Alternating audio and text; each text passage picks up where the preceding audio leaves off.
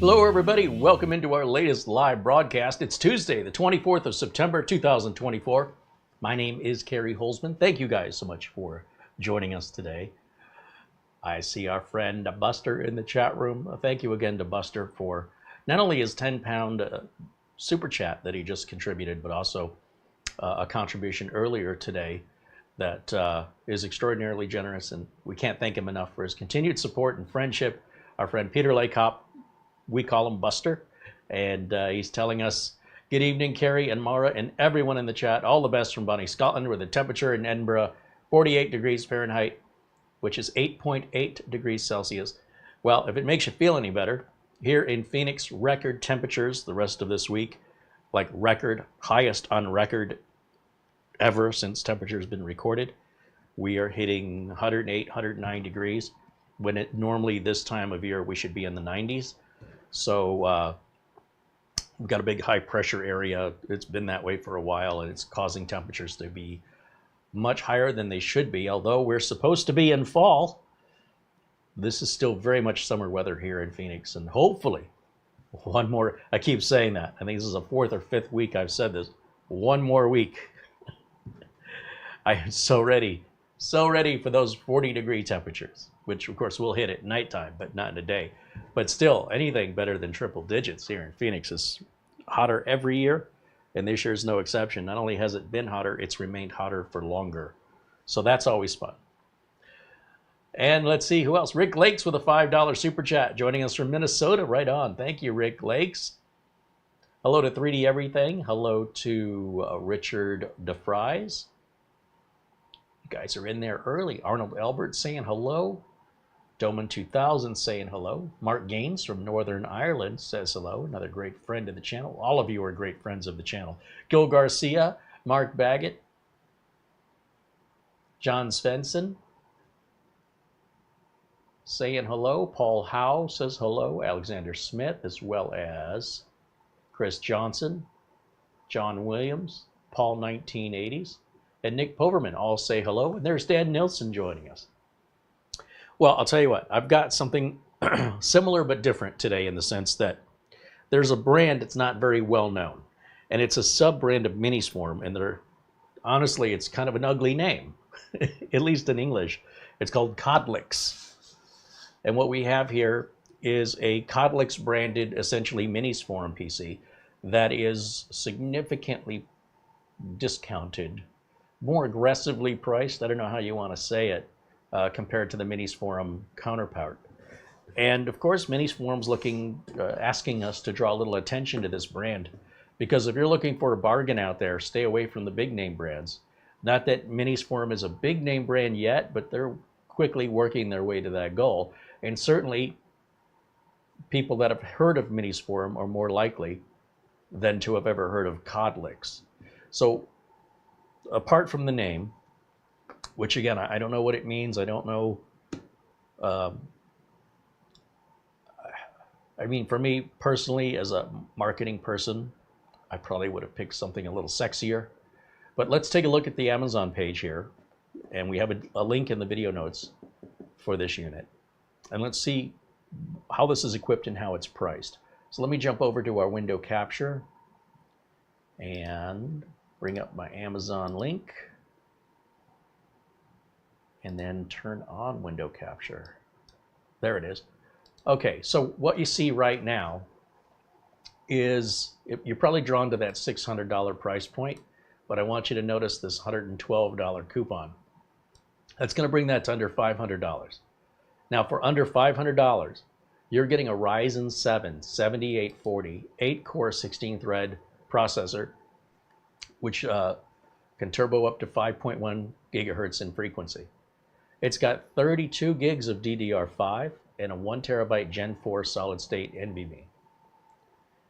It's using the built-in APU, which is the Radeon 780M, which supports an 8K quad display utilizing 2 HDMI ports and 2 USB ports.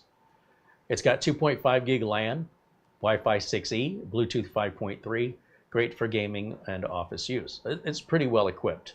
And if we take a look at the pictures, a little bit of information on the processor, and a little bit about the Wi-Fi, a little bit about the DDR5 dual channel. Of course, they've got a bit of a reference point there with the size of a watch, I guess. And then they've got a little video here that demonstrates how you get into it. You're going to take the rubber feet off, which, you know, we're not a big fan of that part. Remove those 4 screws. And then you just remove the bottom cover. And be careful with that. It looks like there is a cooling fan attached to that, along with a heat sink there for your NVMe drives. It's popping the RAM in. That top RAM does have a heat sink on it. And then he's popping in the NVMe drive there. Now, you don't have to do any of this. This is already done for you. But if you wanted to get in there and make changes, that's just how easy that is. It's pretty straightforward. So overall, easy to get into, compact. It's a great price. It's a lot of power. And let's see if it measures up to what we expect with those type of specifications. So let me jump back over here to our chat room. Oh, they're still showing another video? All right. Look how, there's your exploded view right there. Get your Wi-Fi card that you can also upgrade later if you want to. Say when Wi-Fi 8 comes out, or I guess if you wanted Wi-Fi 7, you could upgrade that.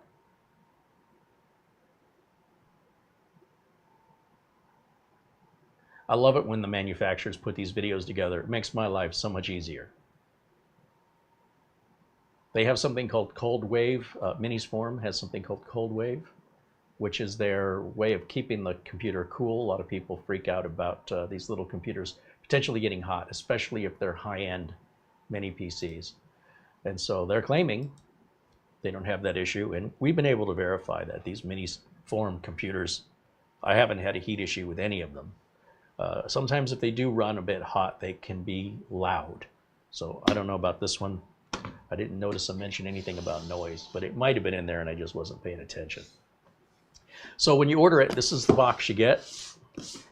Now I've already taken this out of the box and ran all the Windows updates on it. And apart from that, it's ready for us to review.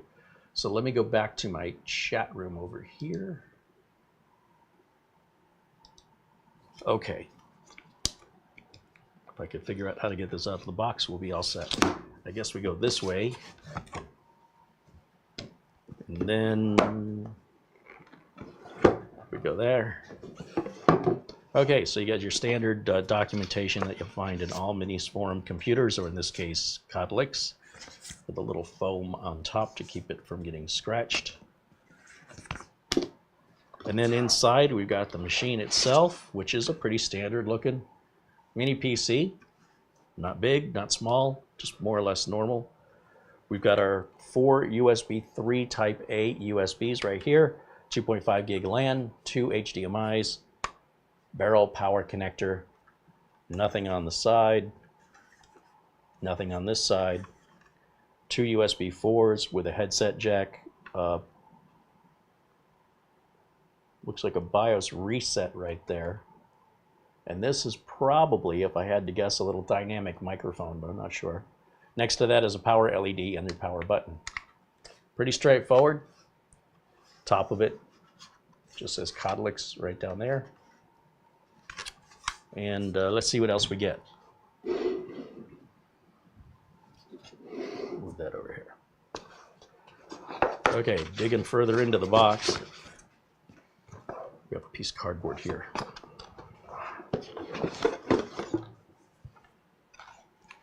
Okay, so underneath the mini PC, we've got a VESA bracket. That's for mounting this against the back of a monitor, against a wall, a desk, under a desk. We've got an HDMI cable. We've got a power cable that is a cloverleaf laptop style power cable. Oh, extra rubber feet. They've given us 2 extra rubber feet. Okay. And then our power adapter here. And this power adapter is, I got to get my glasses so I can read it. I'll get my real strong glasses. What's interesting, so this is it says Codlix right on it, but the power adapter says Minisforum. Check this out.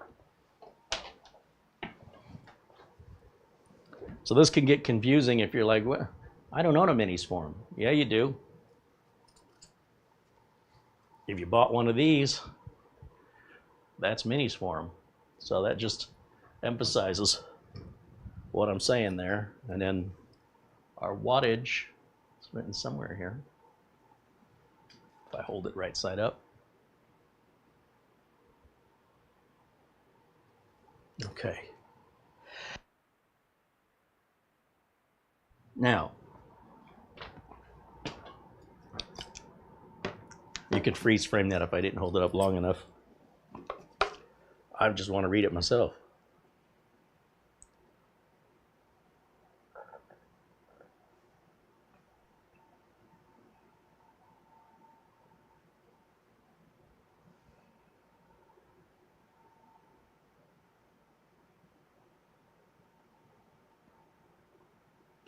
It's 120 watt.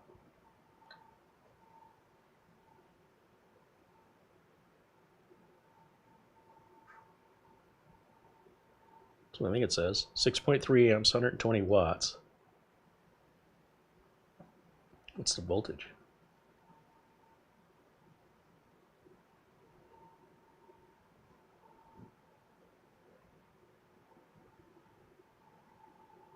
I see the input line voltage, which is of course 120 to 240 volts input. What's the output voltage?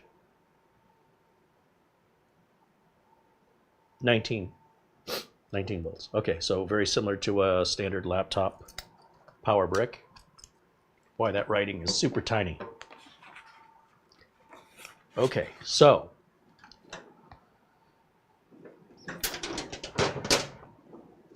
let's how is this in here? I'll never get this back in the box. Right?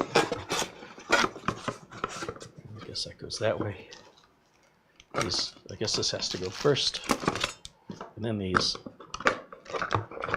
and then that. All right. So we need a keyboard and a mouse. I'm going to have to plug this in.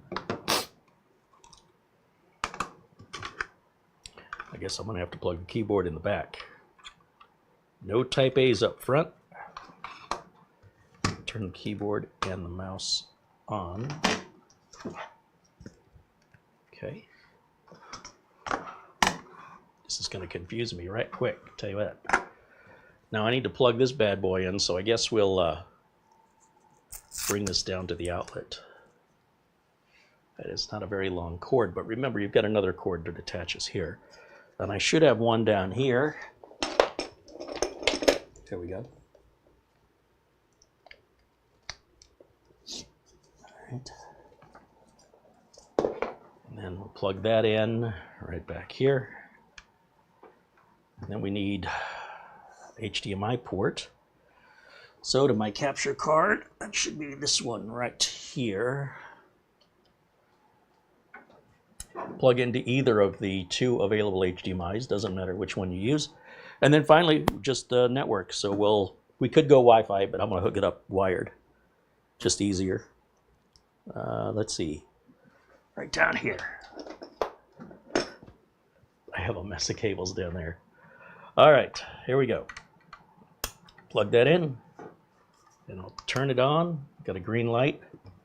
Let's go over to our capture card here and see what it looks like. There we go.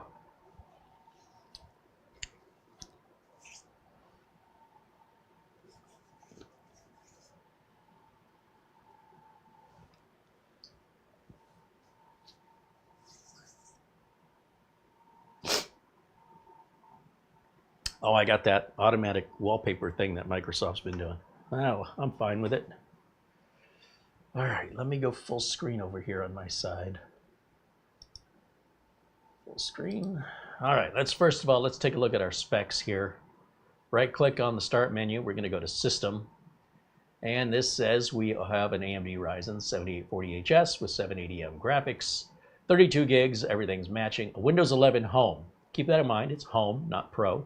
Not sure why any of you have this fixation on Pro other than a very small percentage of you actually need the virtual machines or remote. That remote is just terrible. Built-in remote access from Windows. I can't stand it. But to each their own, or BitLocker, I suppose, but can't stand that either. Other than that, there's no restriction on Windows Home. There used to be back in the day with the versions of Home and Pro that enabled more RAM and things like that, but Microsoft has long since done away with that. So in any event, we'll take a look at the Device Manager. Right-click, Device Manager. We want to make sure all of our drivers are there. We want to make sure Device Manager is clicked on correctly. Okay, that's not working. There it goes. Oh, it was changing wallpaper on me. All right, so if you should ever need to reinstall Windows, let's just figure this out for a minute. Yeah, that opened it 3 times. I want you to be aware that if you order a Minisforum computer, hold on, I got to go through this nonsense.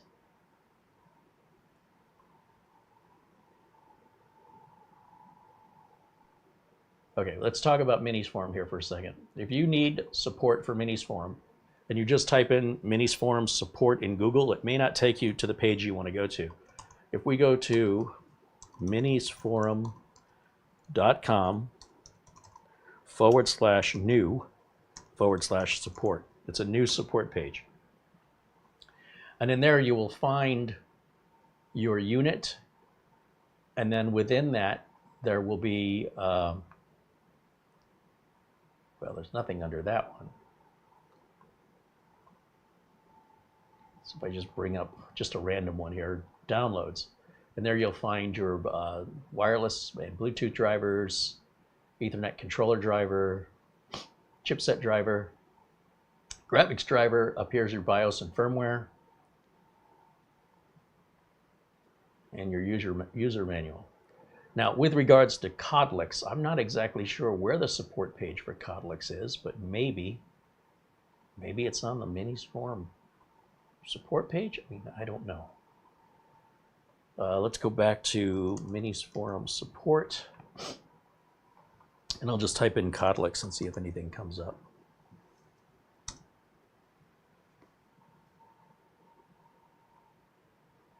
It does. Okay, so Codlix, we have an AD78, that's this unit right here. And as you can see, under downloads, we have drivers and a RAID driver. Oh, interesting, this has RAID. BIOS and firmware, no BIOS or firmwares. You don't typically see those on mini PCs very often. And of course, no user manual either. Interesting. Okay, so there's your drivers. That's a 1.9 gig file containing every driver you'll need should you want to do a wipe and clean install of Windows. And then your RAID driver, I suppose, if you wanted to activate RAID on that. I wasn't aware you could do that, but I'm going to download that and put that in my pocket for later. All right, we'll make sure we're up to date here right quick before we get too crazy. So we're going to run over to Windows Update, and we'll check for any updates here. This should only take a moment. And while that's happening, I'm going to grab my utilities flash drive, and we're going to copy over, well, the utilities you'd expect me to. So let me plug the flash drive in.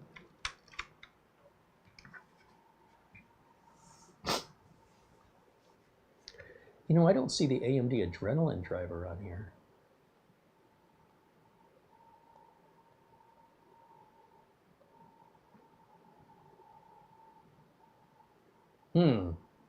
I'll tell you what, I think I want to put that AMD Adrenalin driver on. Well, let's do this. Let's grab the utilities I want off of here right quick. So we're going to put VLC on here like I always do. I'll just install that right from the flash drive. And while that's installing, we'll grab Uncle Carey's Windows 10 Optimizer, which is right here.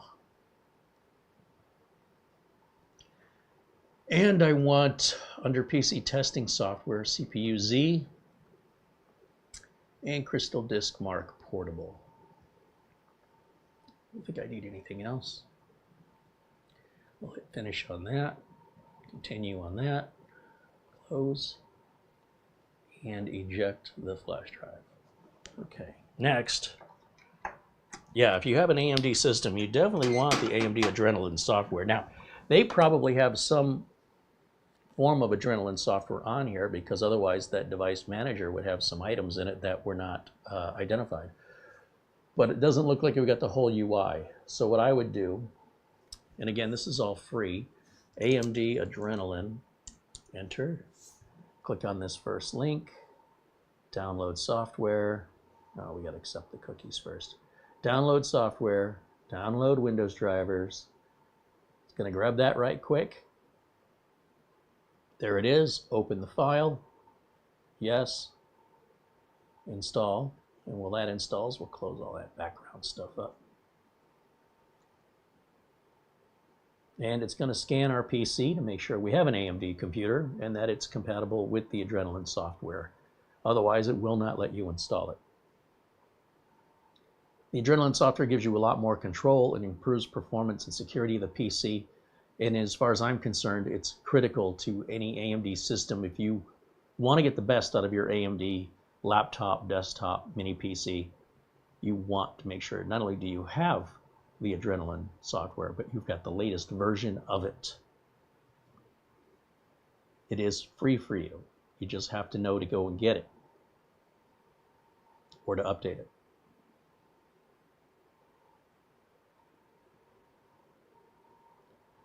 Here we go. It detects our 780M graphics. Next. Privacy view. Next. It wants to install the GPIO driver, the micro PEP driver, the AMD PSP driver, and the interface driver. You see all the checkboxes? Just all you have to do is hit install, and off to the races it goes. And I figure, you know, before we benchmark or test anything, we should make sure that it's fully equipped and optimized to make sure our testing is accurate, at least on the day that we're making the video, right? These things can change, they can improve.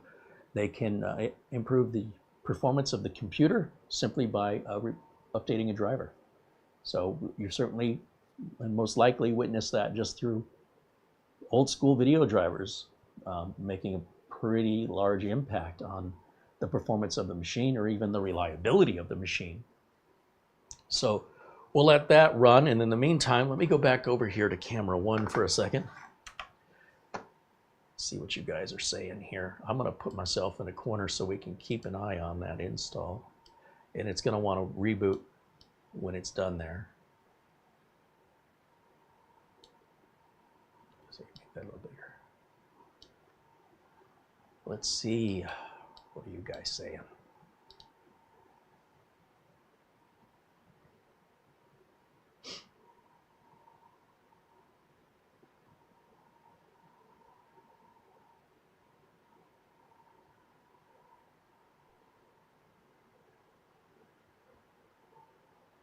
Luke Greenia says, it seems like this little system is a beast. Well, I'd say it's nothing to shake a stick at, that's for sure. Buster said he's feeling better. Earlier he wasn't feeling so good. Well, we're glad that you are feeling better and happy that you're joining us here in the chat. It's about 9 hours later in Scotland where Buster's located. So that puts him about 10:30 at night over there.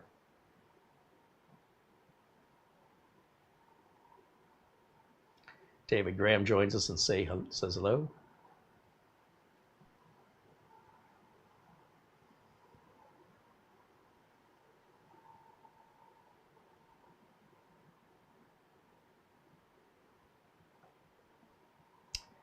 And let's see.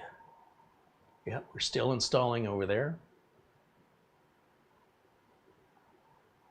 Looks like a video driver is being put in when you see the screen blank out like that.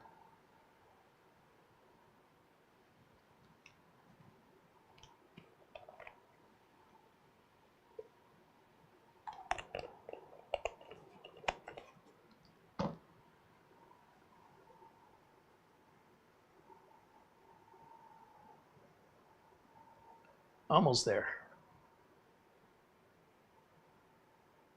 Bingo.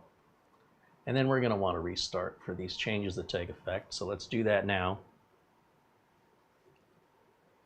Now you'll see I've got, if you've got a sharp eye, you've noticed I've got the external USB4 NVMe enclosure from both Zike and Orico. And if you recall before, we had a problem with the Minisforum MS01 and the cables that come with the ZikeDrive, where it was only negotiating at half speed. All we did is take the Orico drive and plug it into the Zike, and it ran on the MS01 at full speed. I'm curious if we can repeat that, or if that problem has been resolved here on the Codlix mini PC, and it's one of the first things I want to do. And so in order to do this, I've got another, I don't know what I did with the old drive, but I got a brand new fanxiang 2 terabyte drive. Oh, you know what? This has been opened. This is probably the same one we used last time. And I think I want to start with the ZikeDrive first. And while I'm doing this, let's just go ahead and run Uncle Carey's Windows 10 optimizer. If I grab the right mouse. And let's apply my optimizations, because that'll take a minute and it'll want to reboot again. So while it's doing that, I will take this back out of the box. Now we already have a video dedicated to the ZikeDrive and the Orico drive. So this is revisiting it, since what happened with the ZikeDrive was very strange. And the ZikeDrive comes with 2 USB cables, and neither one of them, when connected to the MS01, would run at the full 40 gig speed, only ran at 20 gig speed. Other than that, these drives both performed as expected. There's our reboot request right there. Do that one more time. And also, by rebooting this live, you can get an idea for the length of time it takes to shut down and restart. This is whisper quiet. I don't even hear it at all. Not yet.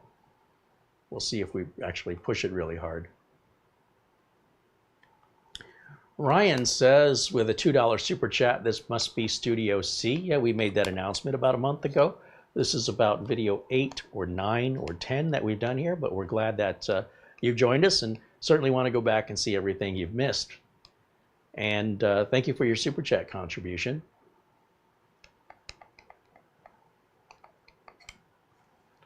The Windows optimization tool, the Codlix mini PC, the ZikeDrive, the Orico drive, the fanxiang drive. We're testing every link for everything you see in this video is available in our video notes. Please read the video notes. Mara spends a lot of time putting those together. And they have links to our friends at Acronis and RoboForm and VIP CDK deals that will offer you 30% off of a purchase. And if you don't look at the notes, you don't get the discounts, and you don't know these deals are available. So please, please read the video notes. On every video we do, it'll probably answer most of your questions. Now, let's see.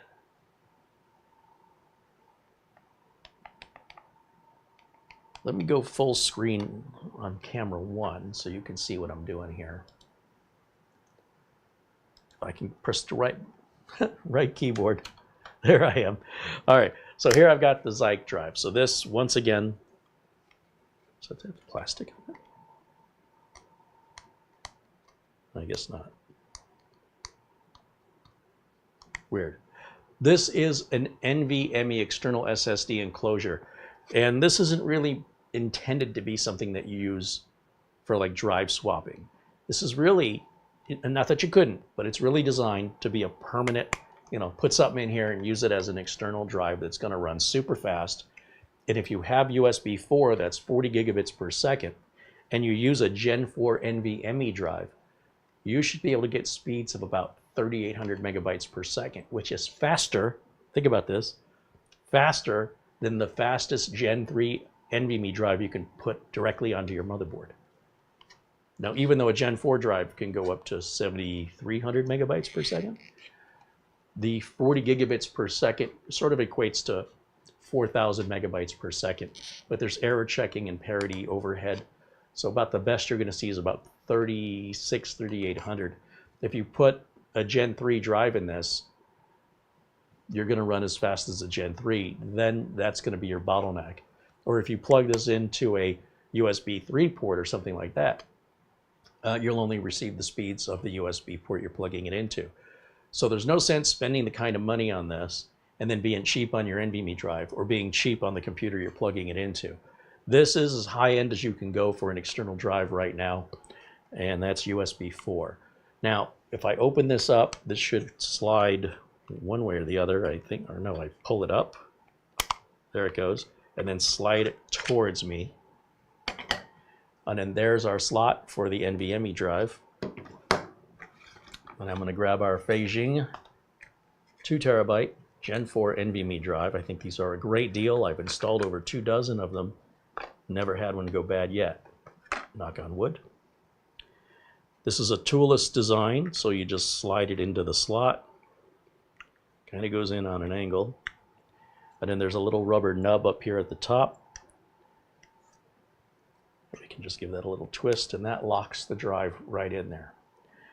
There is a thermal tape on the bottom of the lid, and one side of the lid has little grooves in it, and that's the side that's going to fit basically towards the top where the drive plugs in. And so you're going to slide that in kind of like that, and then just push it down. That's it. We're ready to test. Now, it does come with a USB C to C cable here, but it also contains one right in the enclosure. Pretty small one, but it's there. And I have found this little nubbins that sticks out right there on the side. Can get in the way of another USB-C port that's very close to it. So I'll plug that in on this side. And then I'll plug this into one of these USB 4s, because I am very curious if we're going to have the same problem or if this works as it's supposed to work. Because as far as I know, I'm the only one who had this problem. So let's go back over to the desktop, and we're going to try this USB 4 out on the Codlix and see if it's actually USB 4 and make sure the ZikeDrive works like it should. So it's kind of a double test. Okay, so to do this, let me go full screen over here. And then I'm going to click on Crystal Disk Mark Portable. Well, first of all, did the drive even load? Oh yeah, there it is. It's right there.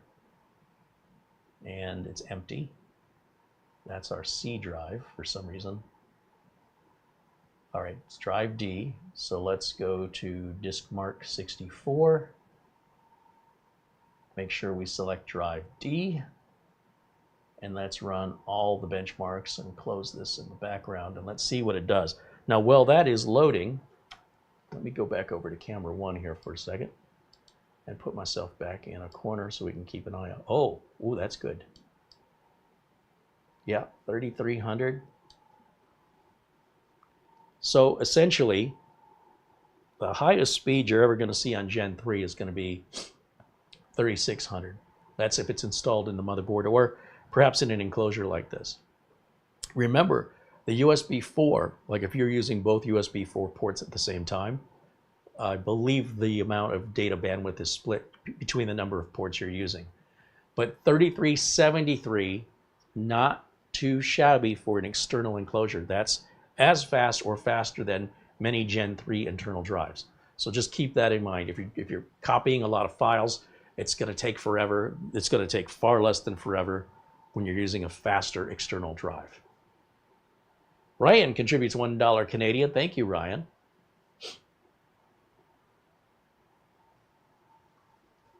Chris Garrett says, how is anyone supposed to pay for the Windows license keys from VIP CDK deals if they no longer take PayPal?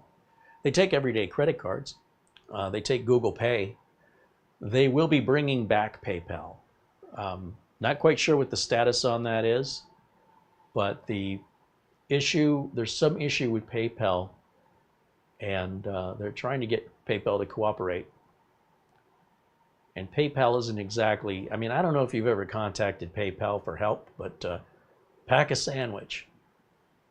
PayPal won't prioritize you. So you get your turn when you get your turn. And I suspect that's what's happening at our friends over at VIP CDK Deals, is they're just sort of a victim of that PayPal customer service. But I fully expect they'll have PayPal back in time, and I'll let you know as soon as I'm aware of it. In the meantime, MasterCard, Visa, heck, PayPal even has their own debit card that you could apply for. It'll come right out of your PayPal balance. It'll take that as a MasterCard. You could also use Google Pay. So I realize PayPal is more convenient. I certainly think it's more convenient.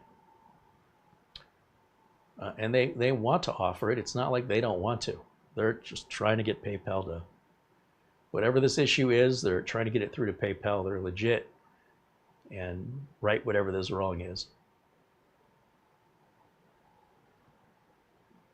Sun King said probably had chargebacks. It's quite possible. There's a lot of fraud online. That very well could be what it is, and they're just working through all that. Ryan said VIP CDK deals accepted my debit card. Yeah, your debit card will be a Visa or MasterCard, so a debit card will work.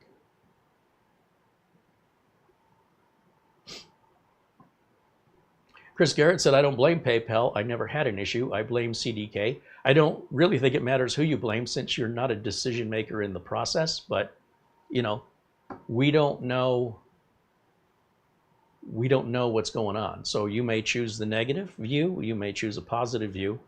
It really doesn't have anything to do with the actual problem, but if it makes you feel any better, blame away. What to say about that? If that helps solve the problem one way or the other, I'd encourage it, but I don't quite understand the logic on that. I will say that, you know, if you have a problem with it, I'm not here twisting your arm for any of our sponsors. I believe strongly in Acronis, RoboForm, and VIP CDK deals, but I don't believe in twisting a customer's arm. If a customer wants to be negative and the customer wants to have their own conjecture to justify any sort of toxicity towards one of my vendors, then I would encourage them to not buy from the vendor, because we're trying to offer you guys a really good price, right? And what we're expecting in exchange for that is either no thank you or thank you. Anything other than that is it's unjustifiable. Unless there's some way that you've been wronged by one of my vendors. If that ever happens, please let me know personally. All right. This is not something I take lightly. All right, there's our final numbers with the ZikeDrive. I got to get all my names right today. The ZikeDrive plugged into the Codlix mini PC, utilizing the USB 4 port up front, and is definitely performing like it's supposed to. On the MSO1, we were seeing numbers around 1900, which was telling me it was negotiating at half speed. I don't know what's going on with the MSO1. There might be a driver missing or a BIOS update or something to update that USB, but the ZikeDrive ran fine in it, so I don't know what to think. In the meantime, the ZikeDrive is performing more or less the way we expect it to. Out of curiosity, if I go back over here to camera 2, and let's disconnect it. Let's close this out. Remember that 3373, okay? Just remember that. Excuse me. Close that out, and let's eject.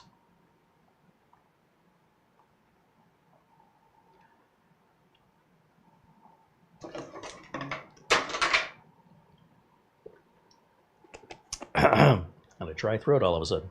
We're gonna eject this from this USB 4 and plug it into the other USB 4 just to see if there's any speed difference.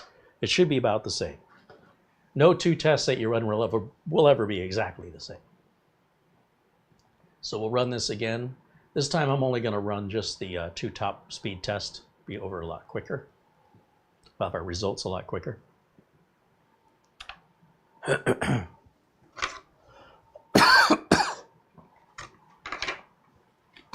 Yeah, it's about the same.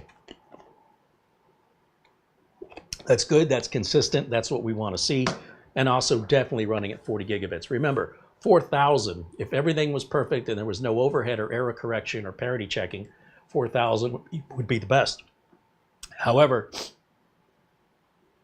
not only do you have error checking in the data transfer, you've got error checking in the USB itself. So I know we can go a little better than that. I know it's possible. I think we can get this to 3800, but if we try this again using the Orico drive, and we'll take the fanxiang drive out of here, with all things being the same, we're going to open up the fanxiang drive, and let's go full screen on me so you can see this, but in the meantime, we'll let this test finish. There it is. So 33, 32. All right, remember those numbers. And once again, we're going to safely eject right here the ZikeDrive. And with that, we'll go full screen over on camera 1. And we'll unplug the ZikeDrive. And we can put this little cable, goes right back in here, like so. And then the side where the USB port is, you go to the opposite side, lift it up, and then slide it towards you. If it's facing you like it's facing me, slide it just a little bit and it'll come free.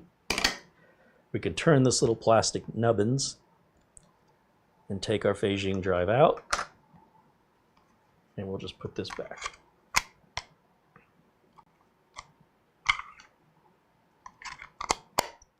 All right, that's the ZikeDrive. This is the Orico drive, also USB 4. Now this one has a little plastic nubbins here that's very easily lost. They do give you an extra one. And the idea with this one, I have since learned, is go ahead and place it onto the topmost groove. Really should have my glasses on for this. Preferably don't do this over carpet in case you drop it. We're going to slide that in, push this down, and then twist it. And we are locked in, ready to go. The lid, you'll notice there's a cutout right here on the lid. And then how this piece here drops down. Those two things go together. Slide it together. It clicks. You're ready to rock. We're going to use the cable included with the Orico drive. What's nice about the Orico is they do give you a USB-C to a USB-C or USB-A adapter. Zike, only USB-C to C.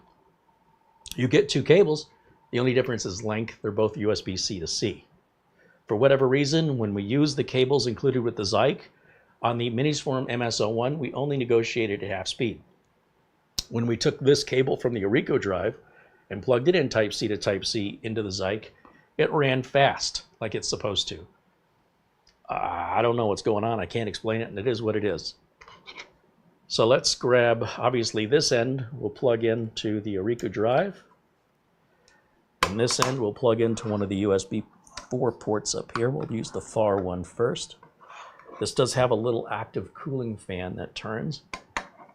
And you'll see we've got a blue light there blinking, telling us that it's doing something. Reading or writing data is usually what the blinking lights indicate.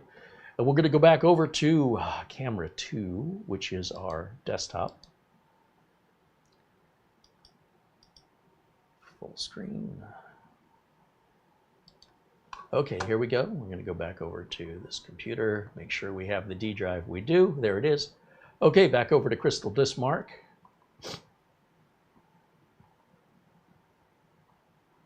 And we'll make sure we're on drive D and test. All right, let's see what kind of numbers we get. Well, that runs. Let me put myself back in the corner again. Bear with me for just 1 second as I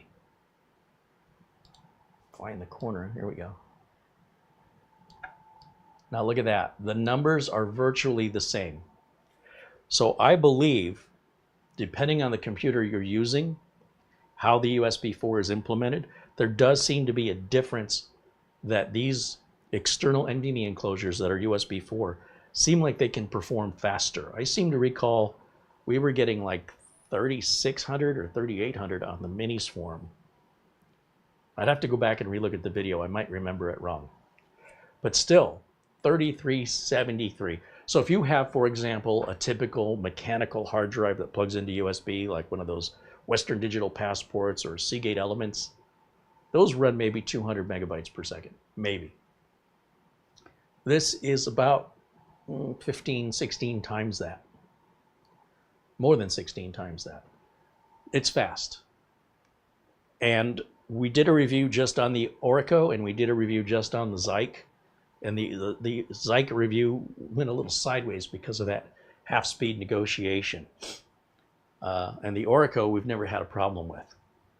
And it was set in my head based on reviews I saw online that the ZikeDrive was the better drive. That the Orico was a great drive until the Zike came out. My personal experience is the other way around. I think the Orico is cheaper, it's smaller and lighter, and it seems to work on any USB port, USB 4 port. And the Zike seems a little more particular regarding the cables it comes with without the USB-A adapter, Type A adapter, and it costs more and it's larger and heavier. But to each their own. I'm just here to provide you the information so that you can make a decision that's right for you. Let's take a look here at what you guys are saying in the chat room. $1 Canadian from Ryan. Thank you, Ryan.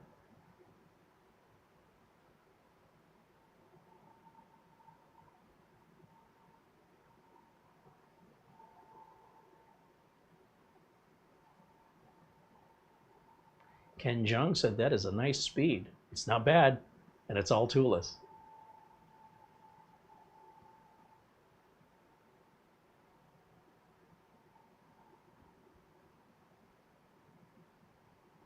Sun King says, I missed the neon sign and the squirrel. Where we're still in the process of renovation here in Studio C. We've got, you know, the walls and floors and everything all finished. It's just a matter of negotiating the shelving units and inventory and stage area. So right now we're at a very bare minimum of operation. We're also at this point verifying our connection is solid. We did have an issue with it. That was an issue with the streaming PC. And yeah, we talked about that in a previous video, and we've got that all sorted. So it's a lot of work to get the audio and video tuned in, to get the internet connection locked in, as well as bring all the inventory over, figure out where it's going to go, and you know, get rid of things we can get rid of, keep things we need to keep, put it somewhere depending on how likely it is that I need it, right? I want to be able to have quick access to it versus other things that can go higher up on the shelf, further away. All this inventory has to be going through, and then as well as set decorations. We have a lot of set decorations. We just haven't yet gotten to that point. So we're still in the very early stages of Studio C setup. Now there's almost our final numbers. We're at 3,300 on the reads, 3,200 on the writes. Definitely not something to shake a stick at. And we're just waiting on that final number there. Let's see. John Williams said he used a MasterCard the last time to buy a product key, and he didn't have a problem with CDK deals. I have also used a MasterCard. I think I also used a Visa. I definitely used a MasterCard at least a half dozen times in the last couple months. It doesn't work any different. It's just for me personally, I like the convenience of PayPal. So like I said, PayPal also has a debit card. You can apply for it, and it works just like a bank account debit card. It runs just off the balance in your PayPal account. So if you've got the money in your PayPal account, you use your PayPal debit card. I think that's all you need to qualify for it. It's a really easy card to get. That is a MasterCard, and you can use it in the grocery store and other places where PayPal would not normally be accepted electronically. You just swipe it like a debit card. Enter your PIN, just like a debit card, and the money comes out of your PayPal balance, just like your debit card does to your bank account balance. It's very convenient. Peter Laycock is hitting the sack, going to bed. All right, well, it's almost 11 p.m. there in Scotland. Thanks for joining us, Buster. Appreciate you hanging out with us. Dave says, are there 2 monitor outputs? Dave, there's actually 4. The USB 4 port that we're using can work as a display port out, and since there's 2 of them, that means 2 display port outs, plus the 2 HDMI outs in the back. Yeah, I would recommend you go back to the beginning of the video, and it demonstrates all of that there on the home page, and shows you can have 4 displays simultaneously on this. Yep.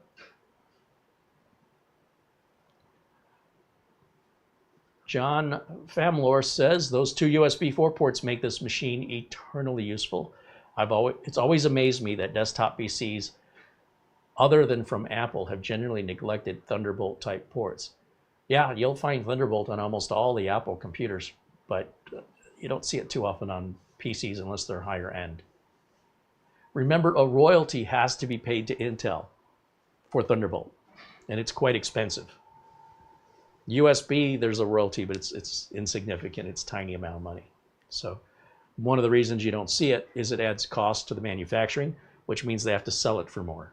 Apple already sells their products for a lot of money. So, you know, if it makes it a few dollars more, who cares? It's Apple.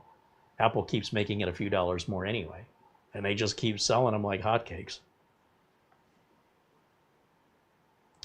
All right, let's see, what else can we learn about this machine?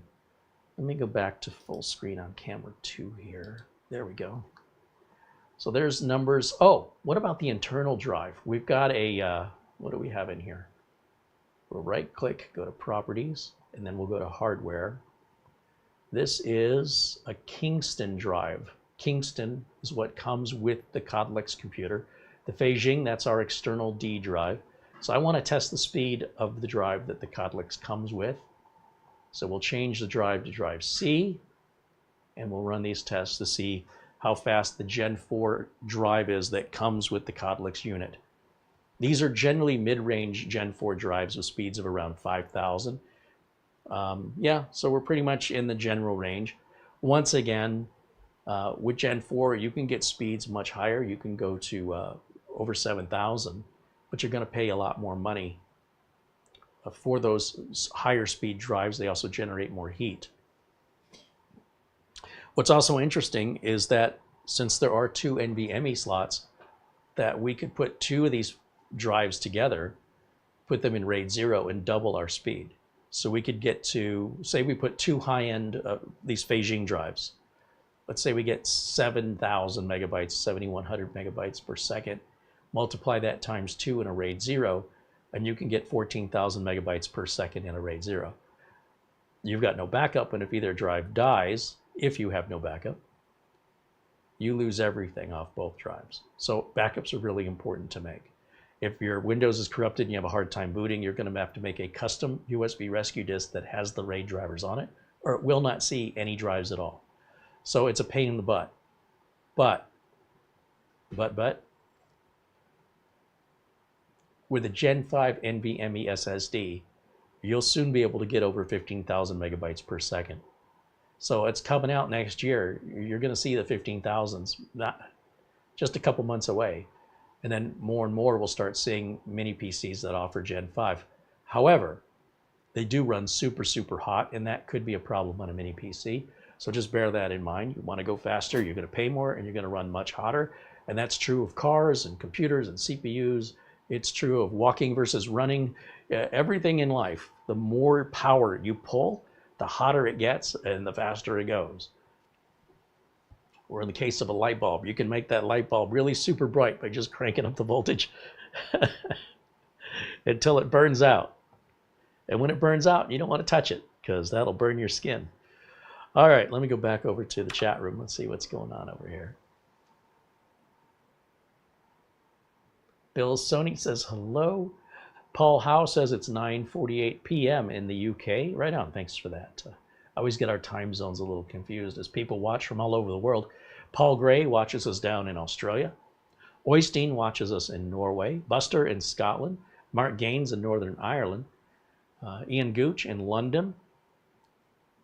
Paul Howe is joining us in the UK, which of course would be Ireland, Scotland, Wales, England. I feel like I'm missing one. So there are 5. Drones, let's go Lions. Yeah.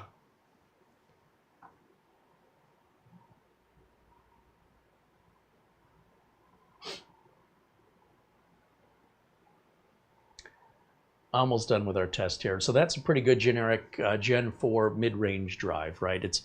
It's something they're going to buy in bulk to keep the prices down on these units, and that's why they can sell them at such an aggressive low price point.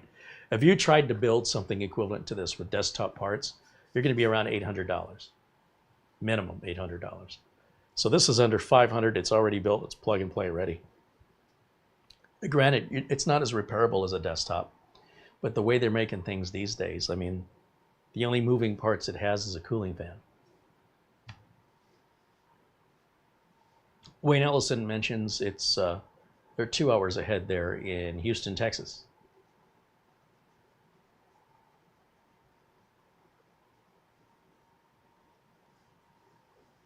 All right, we are just about done here with this test.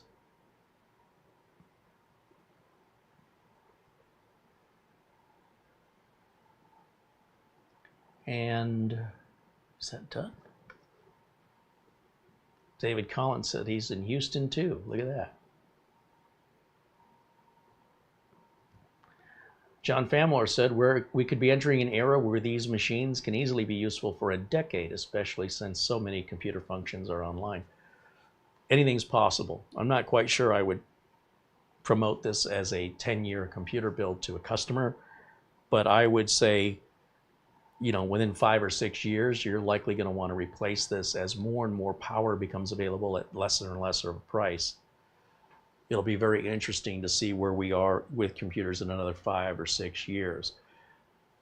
Now, I've seen people go in and, you know, spend $150 to buy a brand new mini PC that's like a Celeron N100, and those are dog slow. Just, ugh.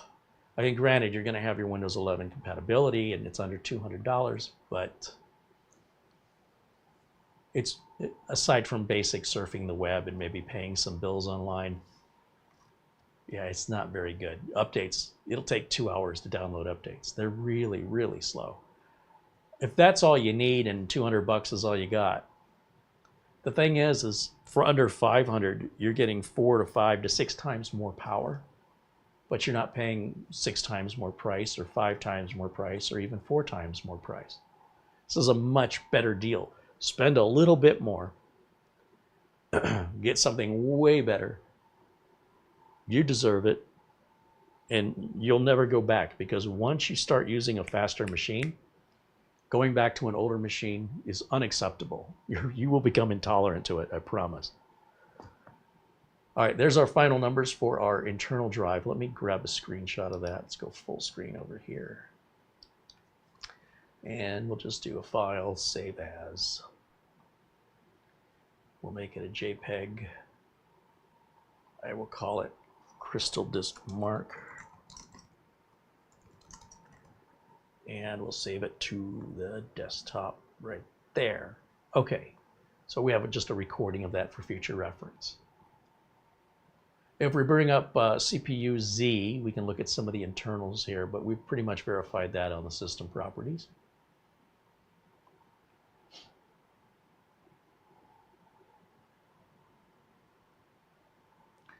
Yeah, AMD Ryzen 7 7840HS.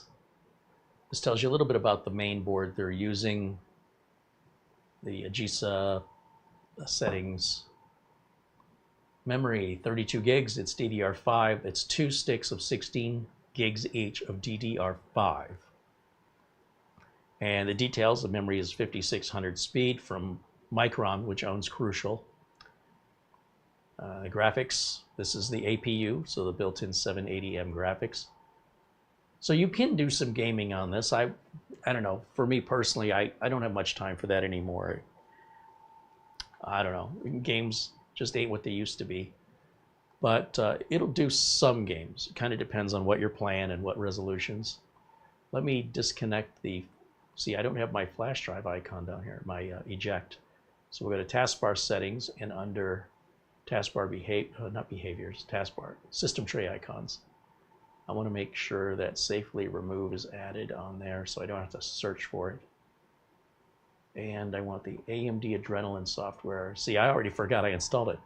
See, I want to see that red icon down in the right corner, because when I bring that up, that's going to tell me everything about the system here, along with what version I've got, which may be something I'm covering up. But yeah, we've got 24.8.1. I can hit check for updates just to make sure. And if I see a little notification down here, it probably tells me there's a new update. You should grab that at your earliest convenience, just to keep security and performance up And you got a bunch of tabs here for optimizing and tuning, some of which are not available to us. It just kind of depends on which, what the computer's doing. There's AMD noise suppression, AMD privacy view, all that's here. And it's all free for all AMD users.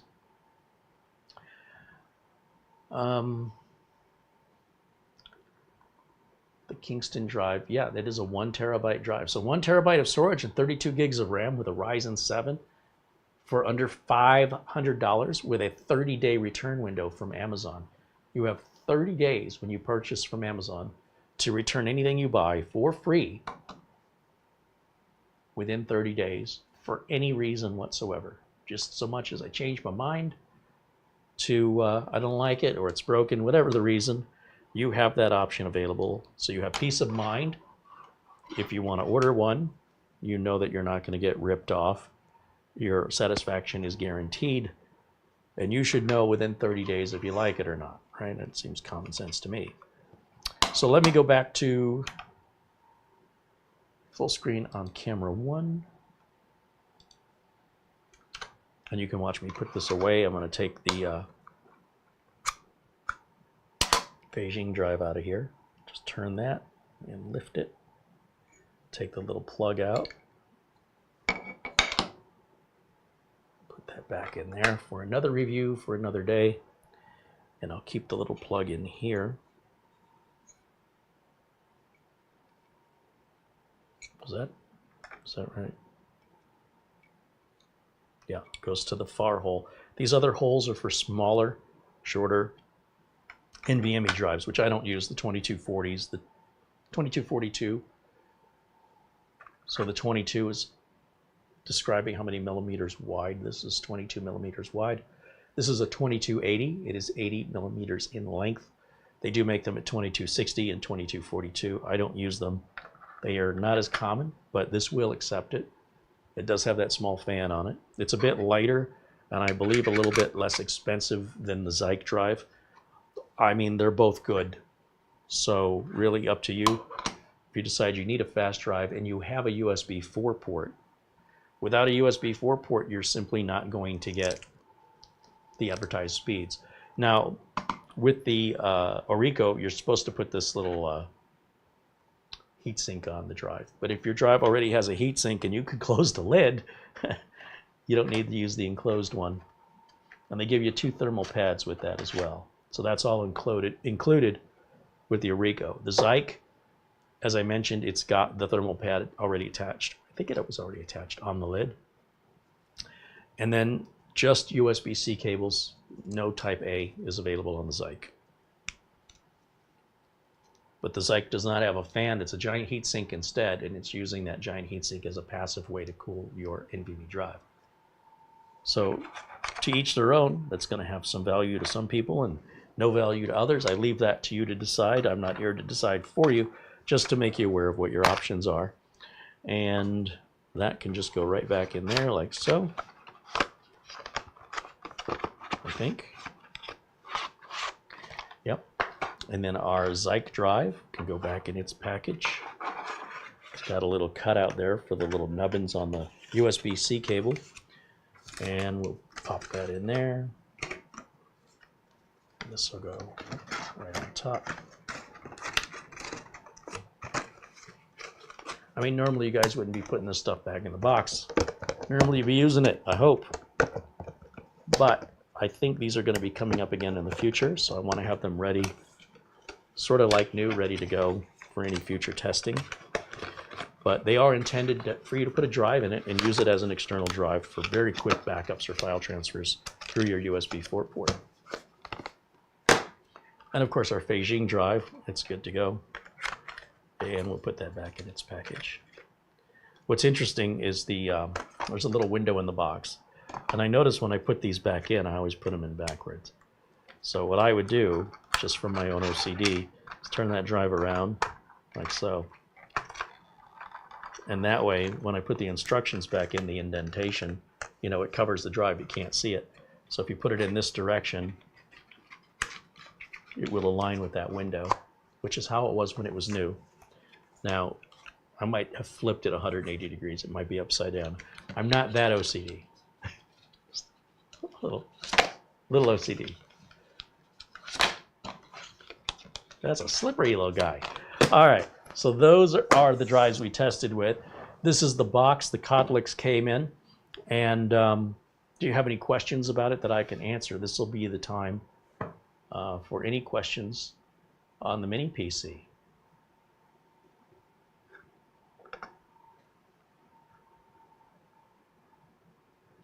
Peter BZ with a €2 super chat contribution. Thank you, Peter.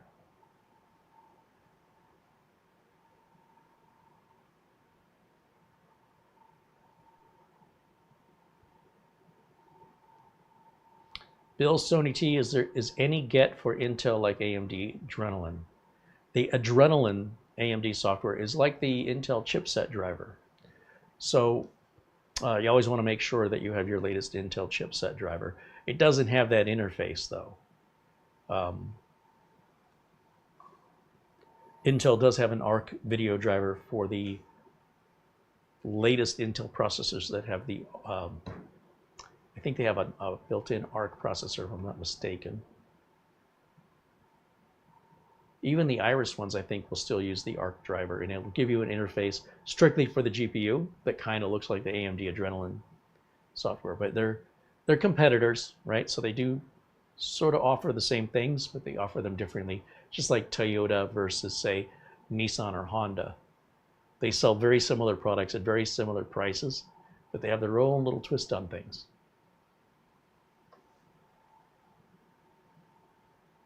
Eddie Casanova says hello from Philly.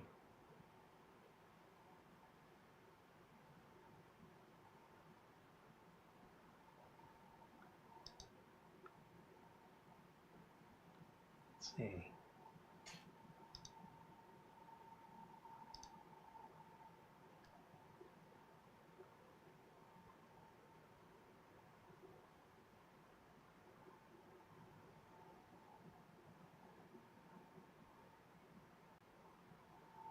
There's Mark Gaines saying hello.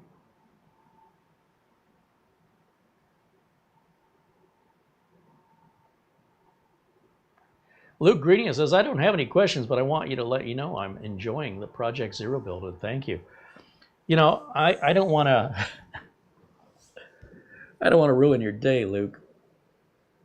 But MSI has announced 5 new Project Zero motherboards will be coming out. And the company Cougar that makes the big robot's foot case, well, let me show you guys another. How do I do this? Let's go back to the Codlix machine, and then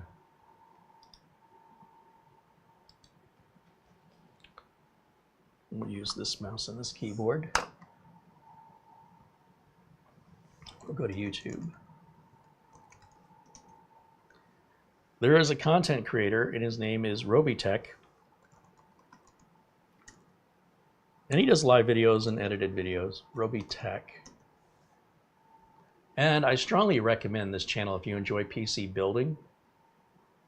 If you look, so his live, he's got Robitech Live, which has a lot of subscribers, and then you've got just regular Robitech. And he does a lot of builds. He's really, really good at what he does. Sometimes they do giveaways. And he reviewed a case recently that I was not aware of. And I don't know why I was not previously subscribed to him, but I am subscribed now.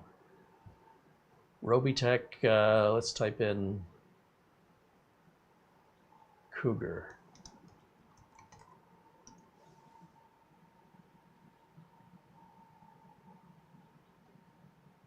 This case right here, we have to get through the ad.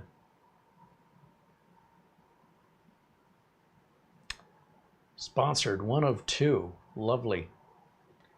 Oh, I can make it smaller. I don't have to go full screen on the ad. There, look, YouTube even covers up an ad with their own ad. Okay.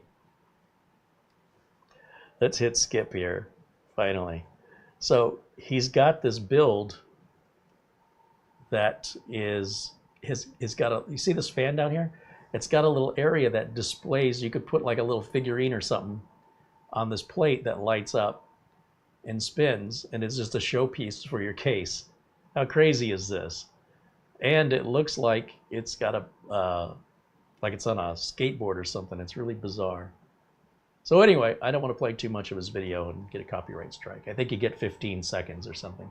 But if you've not seen Robitech, be sure and check him out. It's very good at what he does, and he has just the latest and greatest stuff.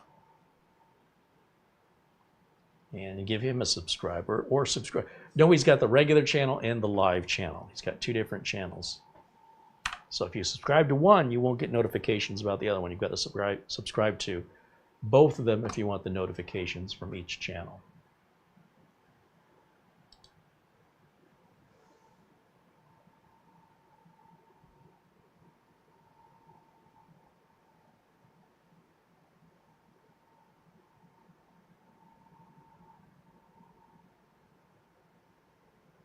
Charlie Purdy says hello and joins us in the chat.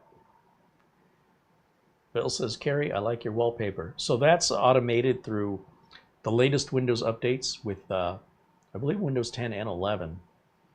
It gives you the option of like a daily wallpaper change that pulls from the web, pulls from the internet, from Microsoft.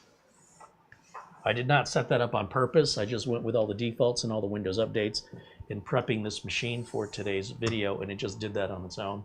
I don't mind it, so I've left it alone. It's also doing that on my personal laptop. I have no idea. It's one of the Windows updates turned that on. I like it, so I haven't bothered looking to see how to turn it off. But yeah, it just happens automatically. Make sure you get all your Windows updates.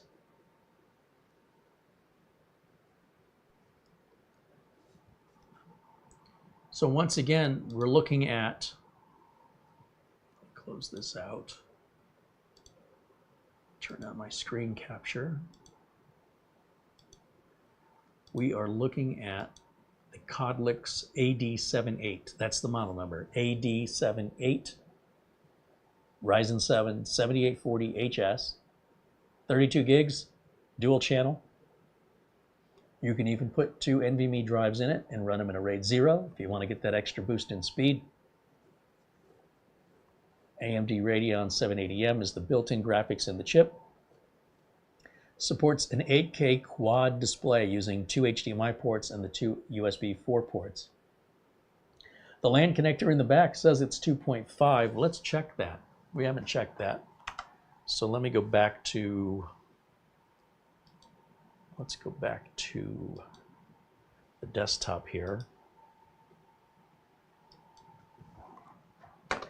We'll go down to the computer, right click, go to network and internet settings, Ethernet. Yes, we are connected at 2500, up and down, exactly the way it should be. And we're on a private network. Yeah, if you're ever wondering where to change that, how do you change the private or public network?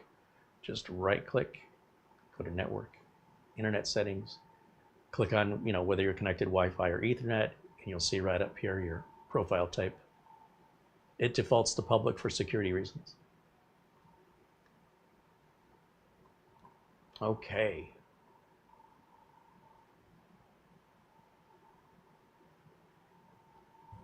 Now, after we get Studio C set up a little bit more, we'll be able to put an overhead camera back in, and it'll make more sense then for us to open this up and show you the inside. You can kind of see the insides right through the holes in the bottom here.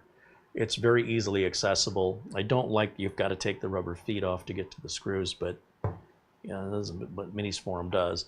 They've got a little arrow that when you take this off, when you take off the bottom panel, because all 4 sides are the same length, it can be confusing as to which direction it goes back on if you weren't paying very careful attention and were very conscientious of which way the stickers were when you took it off and which way, was the back facing you, or, ever since you've worked on it, have you turned it? So what's nice is they do give you an arrow right here, which we've seen on a lot of Minisforum computers. And the arrow says this panel, this line here of this panel goes towards the front goes towards the back. This, sometimes they say front. This one says back, and you can see this is the back of the computer, and the arrow points towards the back. So if you get this all twisted around and you're not quite sure which way it went on, you just follow that arrow right there. Now it'd be nice if they had little keyways where it would only go on one way, but that's how they do it. It would also be nice if these little rubber feet had holes in the middle of them, or if they were shifted just a little bit to the left and to the right, more towards the center, just by a foot's length, and leave that hole available for the screw. It's on the bottom, so it's not like anybody's going to see it, right? It's not like it's a piece of furniture and the screws are in the top and you want to cover those screws because they're unsightly. These are on the bottom. Nobody's going to see them. I do hope Minisforum starts changing their way in that. But Codlix, they are a sub-brand of Minisforum. It's essentially a Minisforum computer under a different name, and you'll still go to Minisforum's website to get support for your Codlix. The Codlix are just more aggressively priced. People don't know what they are. My job here isn't necessarily to tell you you should buy it, but rather introduce you to it, make you aware it exists, understand who's making it, so you understand the quality and support involved with that company. And then it's up to you to decide if that's something of value to you. One person's trash is another person's treasure, and I'm not here to sell them. I'm just here to introduce them. That's it. You got something for me? Cables. Ethernet cables, category 6A. Yeah, so we found out a lot of my Ethernet cables that I've collected to help my customers are all category 6 or... What's that? Out of date. Well, I've been hoarding them, right? Now, most of my customers are still 1 gig. So they're fine. I don't have to throw them away. But as we upgrade to 10 gig here, we need 6A. So I need 6A in the building, whether or not it goes to 10 gig in the building. I want to be ready for it. At the same time, I've got a box of Ethernet cables that are all 5E and 6. And those are fine for all of my customers, you know, even at 2.5. I think 5E works fine on 2.5. So, yeah, I'm not throwing them away. But I do have to duplicate, like, the cables I need here. I have to duplicate what I have in length, but in 6A instead of 6. When I plug into 10 gig, I want my 10 gig. I don't want it to slow down or be flaky because I'm too cheap to buy a new cable. They're like $2.50 a piece. Buy a bag of 10 of them for 25 bucks. The shipping's free. You get them in 14 feet, 10 feet, 7 feet, 6 feet, 3 feet, 2 feet, 1.5 feet, 1 foot, little patch cables. Yeah. So I looked like Amazon just delivered a package, and Mara was setting something down. I'm like, oh yeah, that's our cables. Because we've got our Synology 923 Plus with the 10 gig upgrade using the 10 gig switch. I still haven't installed the 10 gig network card into the big Apache helicopter because I don't believe it's a 6A cable in there that's long enough. It needs to be about 10 or 14 feet. So now that we got the cables, now I'm more motivated to install the network interface card. It'll take me all of 2 minutes. In fact, in the amount of time I've been talking about it, I could have already had it done.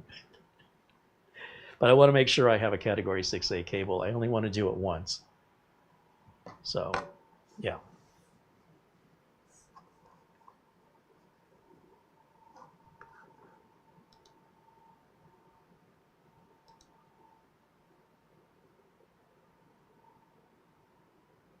Thomas Mac T says hello. Welcome in, Thomas. Suzuki said, my mini PCs are from Minisforum. I'm waiting to get a couple more, but waiting to see if they come out with a Ryzen 9000 class mini. Oh, I'm sure they will. I'm sure they will. I'll tell you what, Minisforum's coming out with so many new models, it's hard to stay on top of it all. The next Minisforum that we're going to review, so this was the Codlix today. I don't have it yet, but what I should be getting, if I go to Amazon and type in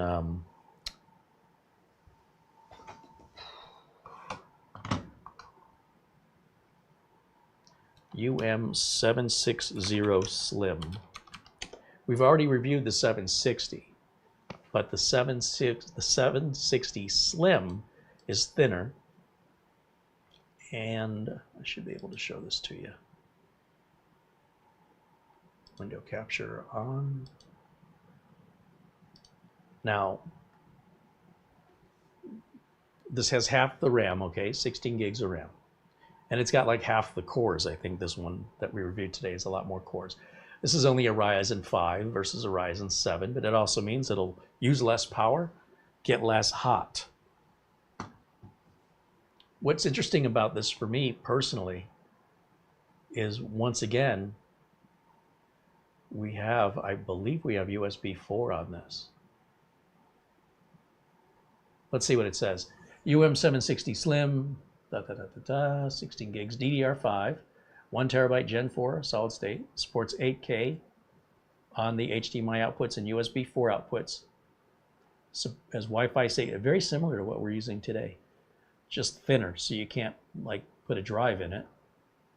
And they have different variations of units here, but we're looking at the 760 Slim.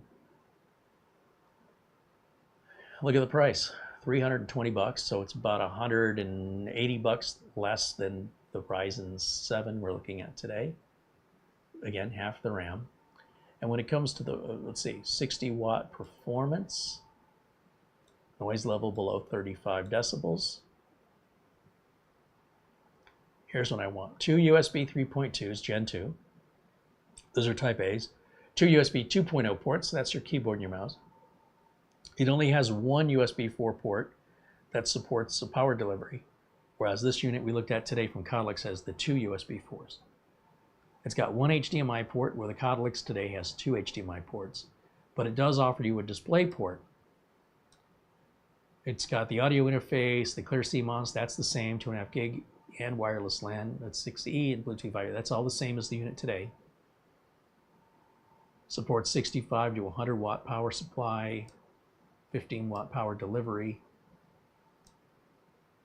Yeah, I'm looking forward to reviewing this one because of just how slim it is. That's the sales point here. And as a result, of course, it's not quite as full of ports, but if you don't need a rocket ship, if you want something like as a home theater PC that you want tucked away and not, flashing and drawing the eye because you want that, use that to stream Netflix or Plex video, whatever, to your television in your TV room, then this would be a great little hidden box that would not stand out. That could be the controller, if you will, of your home theater, and this would be your home theater PC. That would be perfect for that job. But also great for most offices, right? Opening Word, Excel, PowerPoint, all that stuff. This takes up very little desk space, and the price on it is insane. $320, free delivery, 30-day free returns. So I don't know. I mean, what's not to like? For that price, try and build one. Once again, try and build AMD Ryzen 5. Pick whatever case you want. Pick whatever motherboard you want. Put 16 gigs of DDR5 in it with a 1 terabyte Gen 4 SSD NVMe. Go ahead. Knock yourself out. Pick whatever case, power supply, install your operating system, add it all up and tell me what the price is. I guarantee you, you're going to be spending about somewhere closer to $600 to build something like this. That's an incredible value. And every time I see these mini PCs, every time they come out with another one, it's like more value, more value. And every once in a while, we see one that's a bit extreme that I think is overpriced. And I'll say as much. But I'm really looking forward to the UM760 Slim, because that really seems to me like it's a great value. That's a really good value. Anyway, we'll get more into that next week. I should have it hopefully by the weekend, and then I'll be able to review that next week. All right, let me go back over to camera one.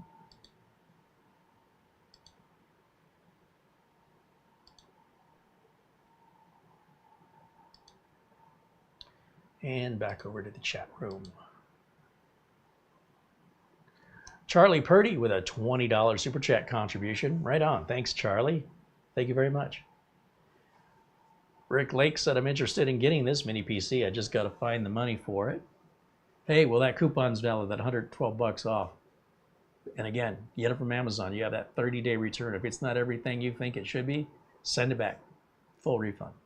30 days. Free returns.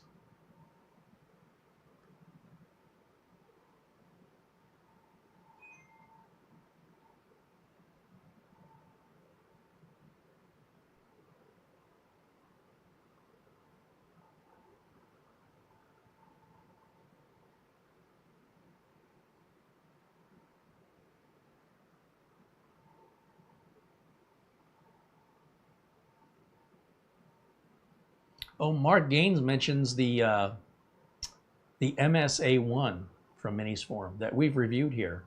In fact, if we go to, well, let's just go over to Amazon first. MS-A1, oh, wrong keyboard. MS-A1.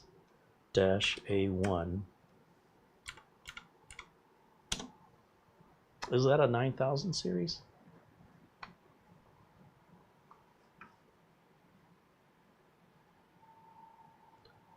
So there's an MS-01. That's the Intel little workstation Minisforum that I love that little box. There is also an MSA1. And I'm looking on Amazon, and I only see the 01. I don't see the A1 on Amazon. Wonder why. But if I jump over to YouTube, and I type into the YouTube search, I'm going to type CareyHolzman as one word, and then MS-A1. Should pull up my review of that. Yeah, so if I go back to my screen capture, just so you know how to find my videos or to see if I've done a video, right up here at the search, CareyHolzman space MSA1, and then the search results, the first video is the MSA1, and then the MS01, and then there'll be other reviewers, of course. Get other opinions and other views. And other, like this person's plugging a video card into it, a little tiny RTX A2000. Oh, that's from Minisforum Official. If you didn't know, Minisforum has their own website, or their own YouTube page. So here's their channel. They only have 7,400 subscribers. And they got really short videos, 7 minutes, 3 minutes. They're marketing videos, but they're done very well. Some of them show you how to do the installation of, like, that's everything in the box. Here's how you take this apart, right? All this stuff, which I think is great. This is apparently some kind of a dock. All right, anyway, just so you know, MSA1, if I go back again, go to the top, click on my video so I can copyright myself.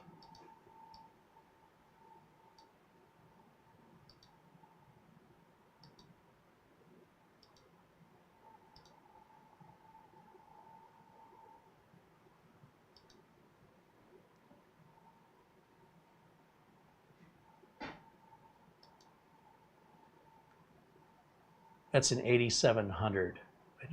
Maybe they make a version of it that's 9000. Let's find out. We'll go up here. We'll go to Minisforum.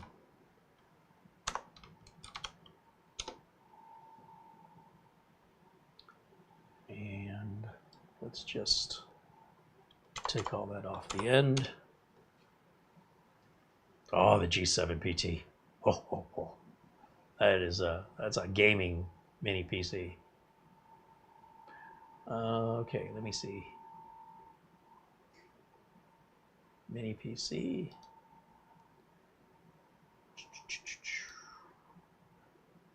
Oh, they got this one coming out. I can't wait. So we've reviewed the Nook X i7 a couple of years ago, and they've updated it now.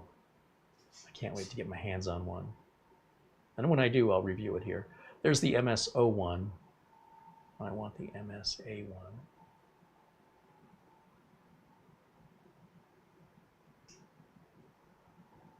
Oh, it occurs to me, when you watch my videos, by the way,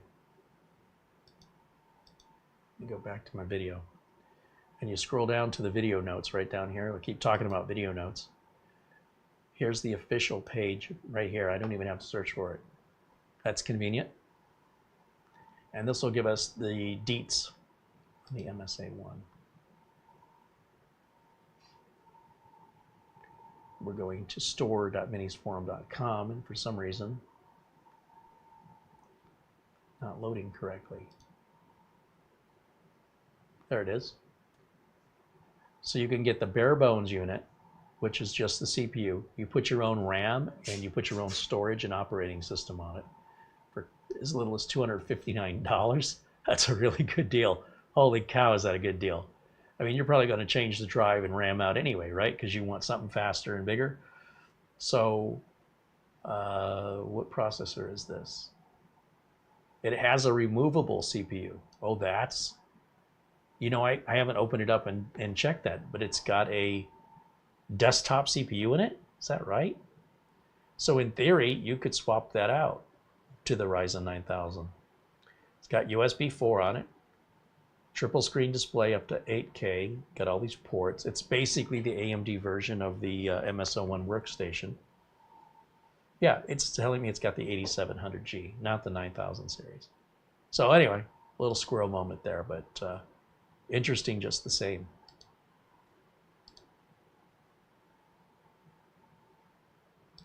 And let me go back over to the chat room.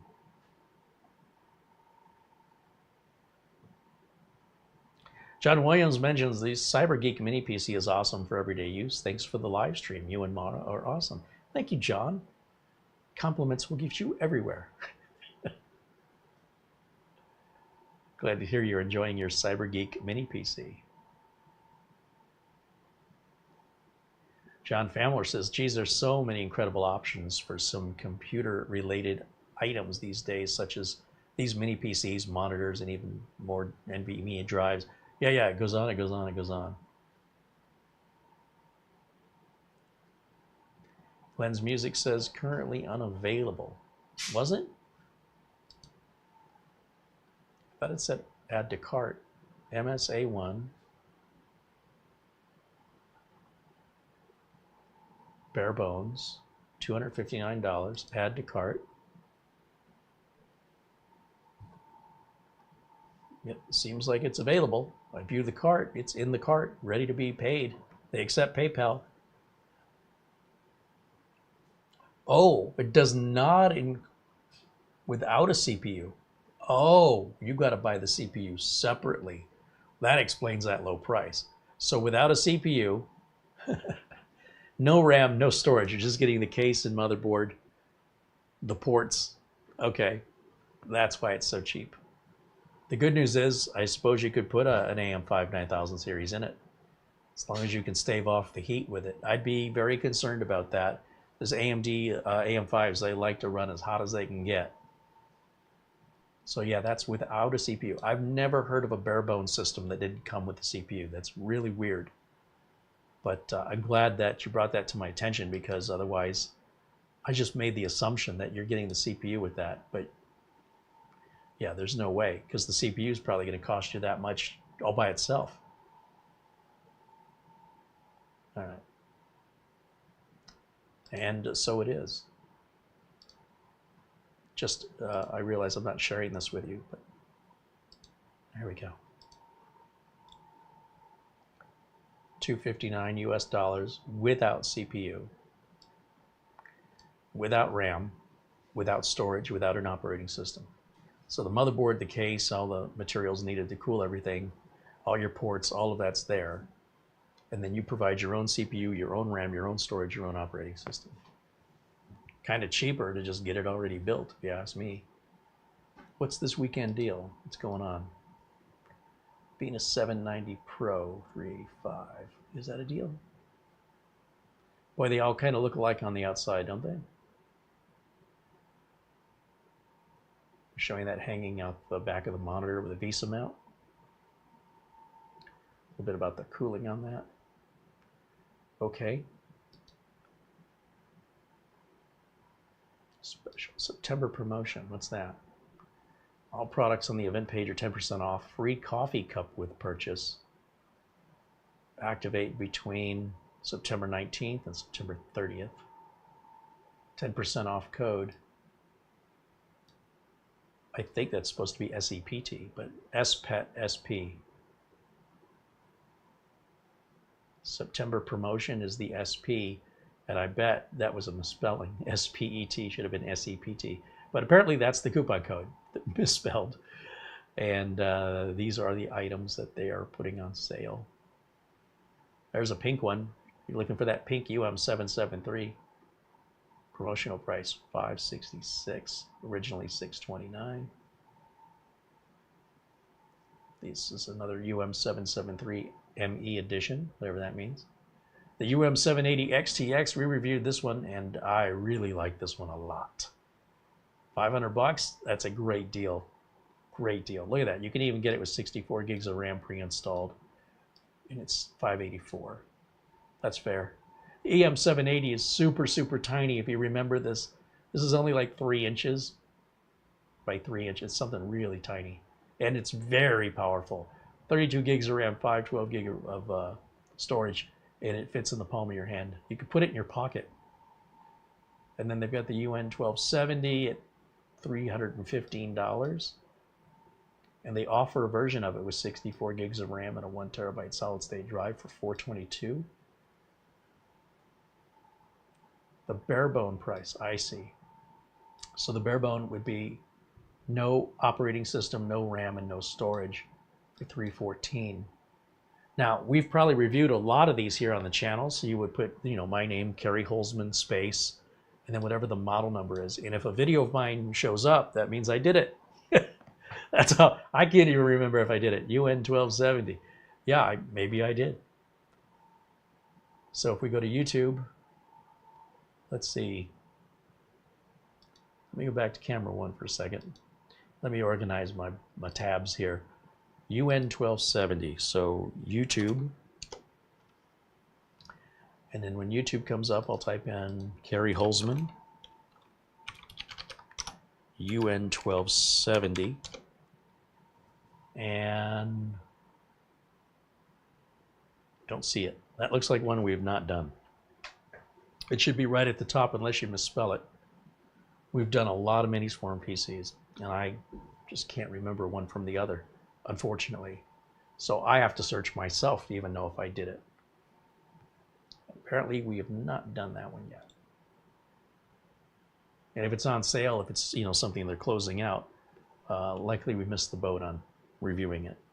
But if you're interested in any of those particular models, click on them. You can get all the detail page, all the details on their specific product page at Minisforum. Whoops, my mouse is like going crazy here. Was I not sharing that with you? Yeah, it didn't come up. But anyway, close that. Close that. All right, we're back to the chat room. We're just a few minutes away from ending today's stream. So once again, if you have any questions for me, this is the time for us to interact. If you have questions about the Codlix mini PC or other tech-related questions, this is the time to ask. Mark Gaines says, Carey, Minisforum announced there will be a BIOS update for the MSA1 to be compatible with the 9 series AMD AM5 CPUs. Yeah, I would expect any AM5 based motherboard to have an update, Minisforum included. I was just surprised that Minisforum is using the desktop chip in that mini PC. That's very unusual, unexpected.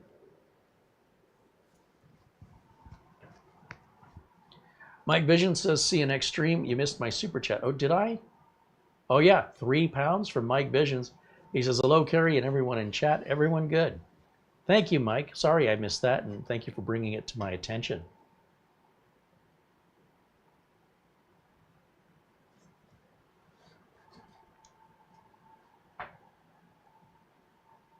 Is there a metal case for RF protection? So the problem with metal cases is it really interferes with the distance you can get from your Wi-Fi and Bluetooth. So a lot of times when they do build with a metal case, They'll attach the Bluetooth to like the bottom or the top where they're typically plastic up on top. The frame itself, this I believe is all plastic, which is what I prefer because, again, with metal, it's a shield that's going to significantly reduce your Wi-Fi and Bluetooth range. There's really no way around it. Even when they put the antennas on the bottom or the top, it still sucks. The metal cases, they look fantastic. Things like the Geekom A8, beautiful Mac-looking type computer, but Wi-Fi range, it's not good. I think it's all plastic. It feels like plastic. Peter VZ with another contribution in Super Chat, €1. Thank you, Peter.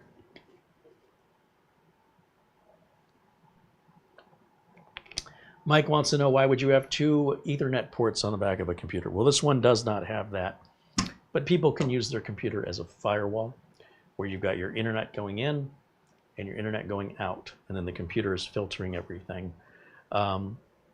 There's other ways that people that are more or less enthusiasts would use 2 Ethernet ports, which really is beyond the scope of what I do here.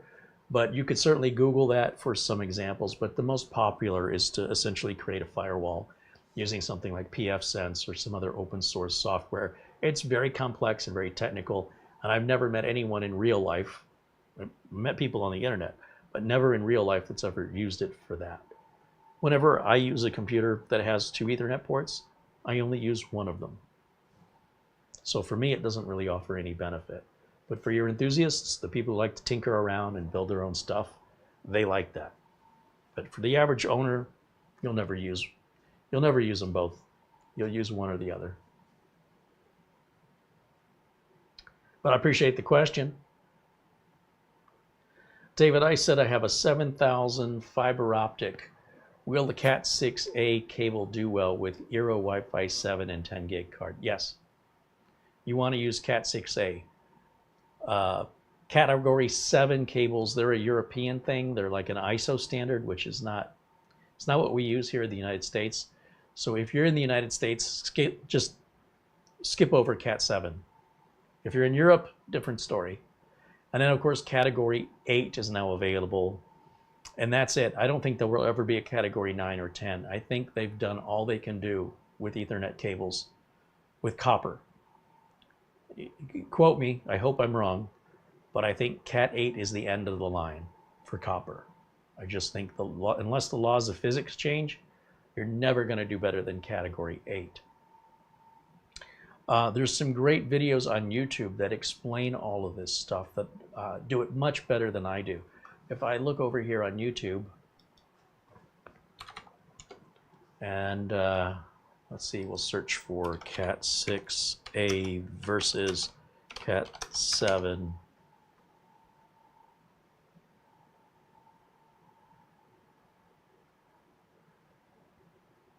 I'm trying to find a video I watched. I'll tell you what, you know who's good is Theo Joe. I subscribe to him, and I recommend you guys do as well. Let me share my screen with you. I want you to see what I searched for, okay? So you understand the best way to search within YouTube. If we go to my window capture here, you'll see that up at the top, I typed Cat 6A. I even spelled it wrong. I should have put a space between Cat and 6A versus Cat 7. I could also put Cat 8, but what you'll see is all these videos come up. Now, Tech Quickie is a great channel, and they have their own video, and their videos are very good. Then there's a more technical video here about Cat 5 versus 6 versus 7 versus 8. And of course, the first one that comes up is a channel I've never heard of.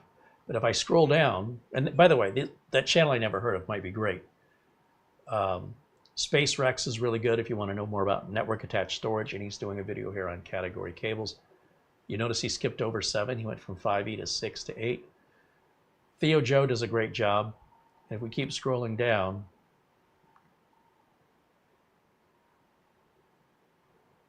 yeah, there's your category 8 Ethernet cable, heavy duty.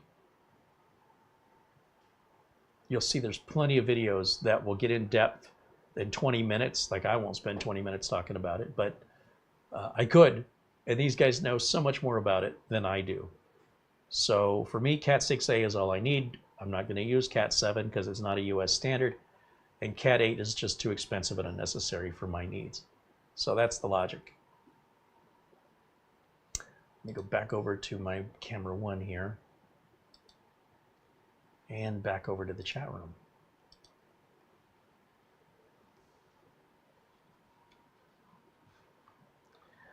Suzuki says the MSA1 is only available via AliExpress. Do you have a link for the US?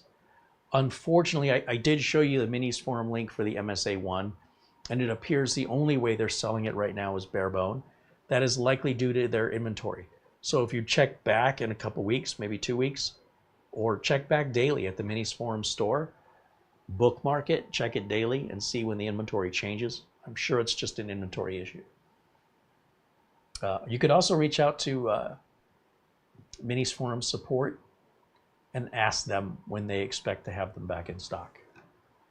Either way.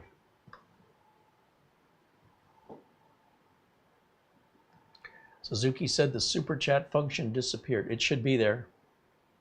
You should see down by where you chat a little emoji icon. Next that's a little $sign, and next that's a little plus sign.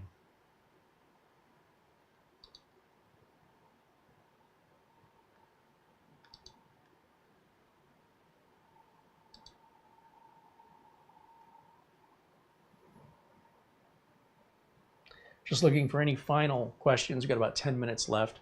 A shout out and a thank you once again to our friends at Acronis, RoboForm, and VIP CDK deals, all offering you guys, the audience to my channel, 30% off just for you guys.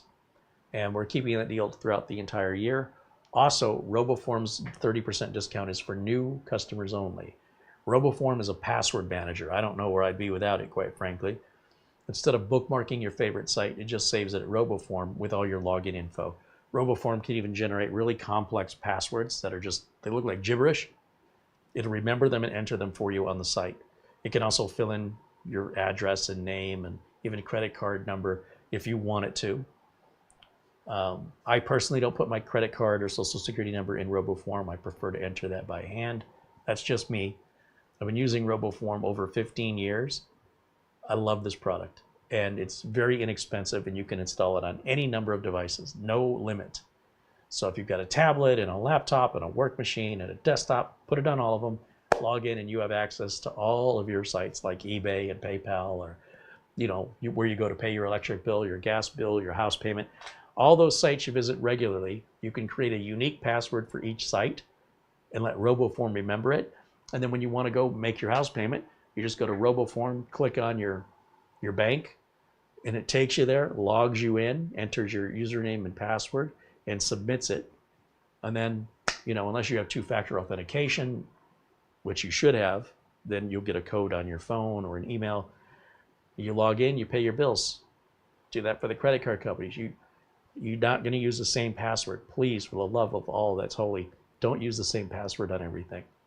Right? So RoboForm can generate the passwords for you. You can tell it how big or how short you want the password to be.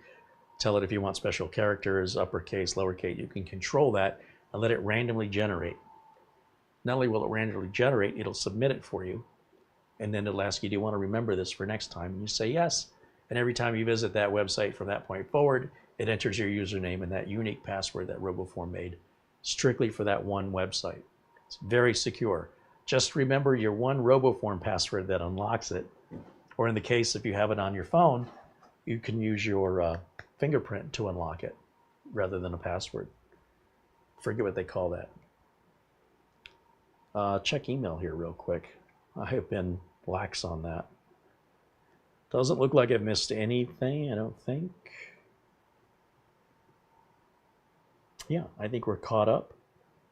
Thanks to our friends over at Minisforum for allowing us to review the Kodlix AD78. Mike Senchi with a $49.99 super chat. Wow, that's fantastic. Thank you so much, Mike. We appreciate you very, very much. Shane Perkins mentions the whole fingerprint thing, biometrics. Yeah, you can have a biometric login on your phone. I love that.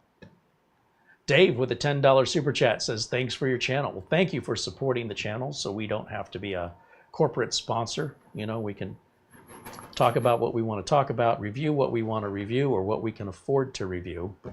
Speaking of which, I just spent some of the membership and contribution money last night on something stupid but cool. And that is, go here and type it in here and I'll show it to you. This will be for a future build. I think this will be Mara's upgrade, I think is what it's going to be. And it's the Trix 360 Panorama liquid cooler.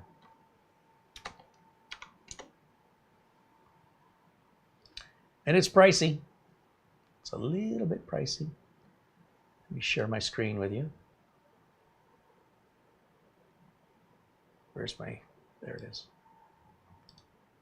This has a giant screen that when looked at a proper angle with certain animations looks like they're reaching out of the screen. It's pretty darn cool. Now this is the non-RGB version. As you see, the fans don't have any RGB. If I scroll down here though, scroll up, we got a couple different versions and sizes.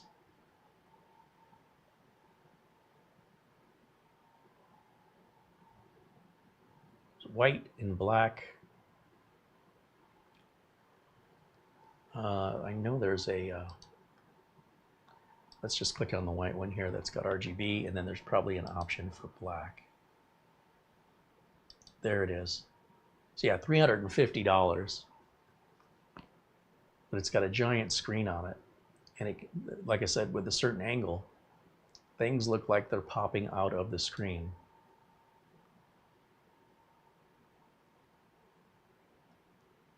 So these are some animations it comes with by default. And to give you an idea, like the car there, looked like the wheel came out, or that hand looks like it's reaching out towards you. But again, you've got to be standing in the right place to get that illusion. And it's a pretty big screen. You can add your own picture or your own little video, and then you can put smoke or rain over it to kind of give it the depth. You can show your temps on it, of course. And it's a bit overkill. It's not the best cooler you can buy as far as cooling goes. It's not bad, it's pretty good, but it's all about the aesthetic. So when we get that, and when the new Intel chips come out, we're gonna build a system using the new Intel 15th gen chips with, we're probably gonna take the big Apache helicopter apart. I think that's a 12900K in there. Is it 12900? And we'll put in whatever the latest and greatest is, because Mara always has to have everything. Big RAM, big storage, big processor, lots and lots and lots of RGB. She loves that.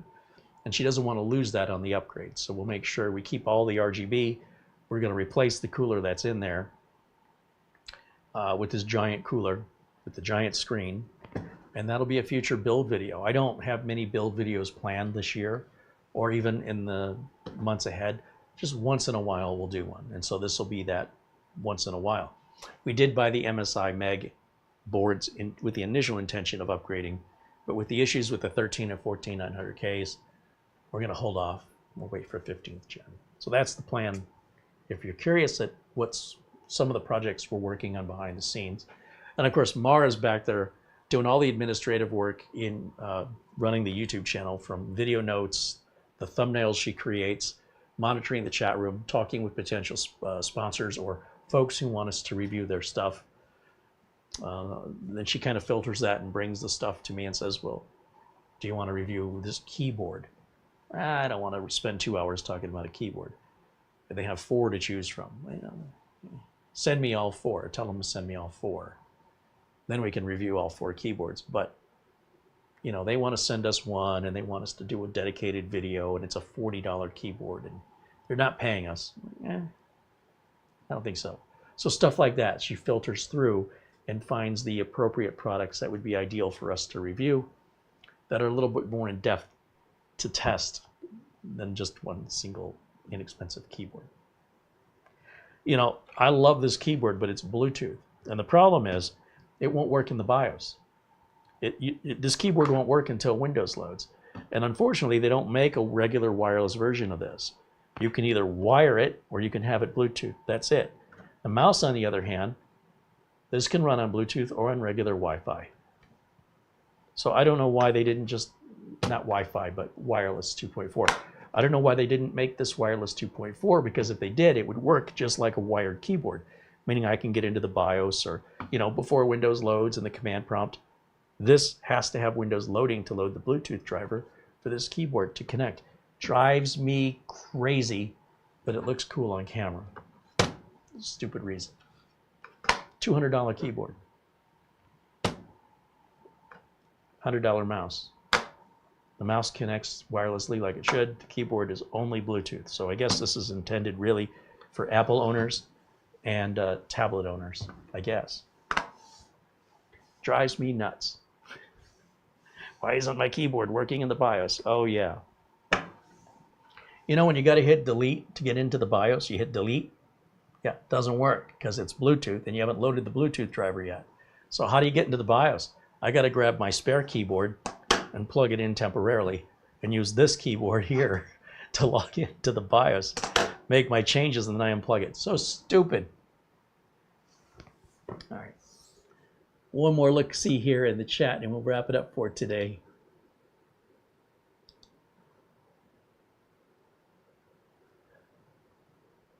Oh, I missed a contribution from Suzuki with a $5 super chat. Right on, Suzuki. Thank you for that. I'm sorry I missed it earlier. We appreciate all your support so we can remain independent away from being, what's the word?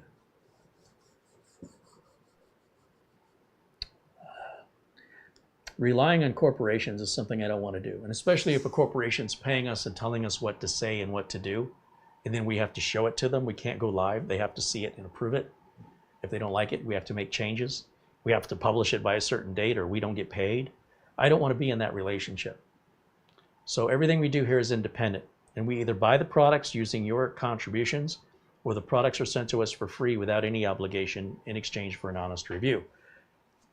This is a very difficult thing to do in this economy. A lot of companies don't want to participate that way. But with your support, we can keep moving forward. And when new products come out, such as that cooler, if we have the budget, we will buy it. And we have some super members that are really making this possible, such as, of course, Buster, Peter Laycock, Oystein, Paul Gray, and Frankie B. These are just super members that have supported us unbelievably with generosity that's beyond anybody's expectations. And that's enabled us to take this a little higher end on what we're able to purchase for the channel. The reason I don't want to build any more PCs is I don't have anywhere to put them. We've got about 20 PCs here now that have nowhere to go. Nobody's buying them. I don't want to ship them because the cost of shipping is like $200 because everybody's on the East Coast that's watching. I won't ship them internationally. It's very difficult to warranty. They often can be broken in shipping. The shipping is getting worse. Prices are going up and things are getting banged around more than they normally do. So to sell it locally makes the most sense, but unfortunately we haven't really found any interest from the places we have advertised. So we kind of sit on them here. We may donate them or we may disassemble them and reuse the parts in another build, but I'm still back to having another PC that I don't have any use for. When this channel started, we used to build computers that were ordered by customers, and then we would ship them. Initially, they were local. When I started the channel in 2008, those builds were local here. And I just thought, I got to build it anyway. I'll make a video. Then somebody said, hey, would you build one for me? I'm in Florida. Hey, would you build one for me? I'm in Philadelphia. Well, I'm in Arizona. I got to ship that thing 2,500 miles. It's very expensive, and the likelihood for damage is bad. Someone's like, hey, I'm in England. Can you ship one to me? You know, the likelihood of damage, you've got an import fee that your government will hold that package as for ransom until you pay the ransom. We have nothing to do with it. We don't know what that'll be. We can't predict what the import tariff will be. And then you pay it and find out what you got was a box of broken parts. And then you're going to be mad at me. So for that reason, we're not adding any more PCs to the mix unless we're using them personally here in the studio, such as the streamer or the office computer And of course, the work that Mara does with the thumbnails and such requires a lot of processing power. So we'll be sure to try to kill two birds with one stone by having the content of showing that upgrade, and then at the same time utilizing that in running back administrative tasks here on YouTube. Peter VZ with a €1 super chat. Thank you, Peter. Suzuki says, my home office is a cemetery for old PCs that I built since 2005, so I understand what you're saying. Rick wants to know what happened to Mitch. Mitch is fine. I just talked to Mitch the other day. He'll be traveling to South America in mid-October, a couple of weeks. So right now with Studio C still being in a rebuilding phase, if you will, it's really not easy to have a guest on at this point. But yeah, he's doing fine, and you'll see him in the chat from time to time. He usually joins us in the chat room on Fridays. You'll see him.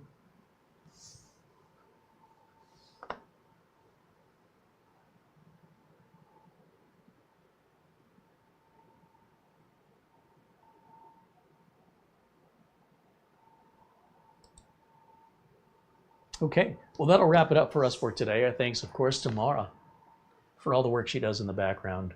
It's a lot of work. If you understood what happened behind the camera, how we get prepped to acquire what we're going to do, it's a lot of work. And there's a lot of not just us receiving requests, but us requesting from others where we're told we're not interested. Apparently, I don't have this problem solved where what's happening and what was happening before with the other Wi-Fi mesh point was, I'm wired to this with a physical wire to the streaming PC. And the streaming PC, for some reason, just disconnected from the mesh point. So I no longer had an internet connection on the streaming PC that's wired to this. And I found there was a firmware BIOS update and there was a driver update, and that seemed to have resolved it until just now. So I think I am probably going to try a different streaming computer just to see if it's the computer's Ethernet port. Now, I could also just grab one of these USB to Ethernet port adapters and plug it into the streamer and use this instead of the one built into the live mixer motherboard and see if it's Ethernet adapter related. But I'm thinking I could get my little Intel NUC out here, use that as my streamer, and see if it does the same thing. Like, we've been going just over 2 hours and it just happened with no explanation as to why. So maybe it's something to do with that motherboard, that live, it's the AMD B650 live mixer. Very strange. We're still figuring it out, but we know that it's not our mesh because it did this with the Asus ET12, and now it's doing it with the Deco BE95. We've replaced the cables, we've updated the BIOS and the driver for the network card. Everything seemed to be happy until just now. Intermittent problems are always the fun ones, but you know what? It's a great way to test, just to use it, and we'll figure it out. So I think I want to change the streamer out just because I can, but I could also just simply plug in one of those little USB to Ethernet adapters. You guys would never know, but if it dropped, then we'd know something else deeper is going on. If it doesn't drop, well, then the question is, how many shows do you do with that Ethernet adapter before you're convinced it's fine? Because we've been using it now for a few days and it hasn't done this.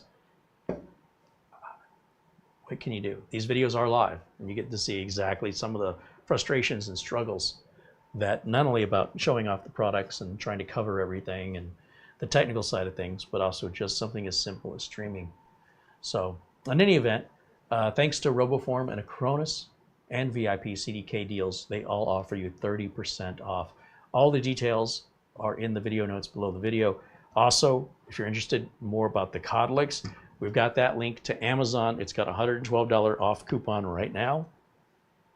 And of course, if you have any specific technical questions about any of the Minisforum PCs, just visit Minisforum support. They're more likely going to know the answer than I am if it's very technical. And be sure and check out Robitech and check out Theo Joe's video about the Ethernet cables. if you want to learn more about the difference between Cat 5, Cat 6, Cat 7, Cat 8. He does a great job explaining them. And that'll wrap it up for me for today. Thanks again to Minisforum for allowing us to review this unit. And I will see you all again very, very soon. And oh, of course, thank you to all of our Super Chat contributors. Don't want to miss you guys. And yeah, we'll see you next time. Bye for now.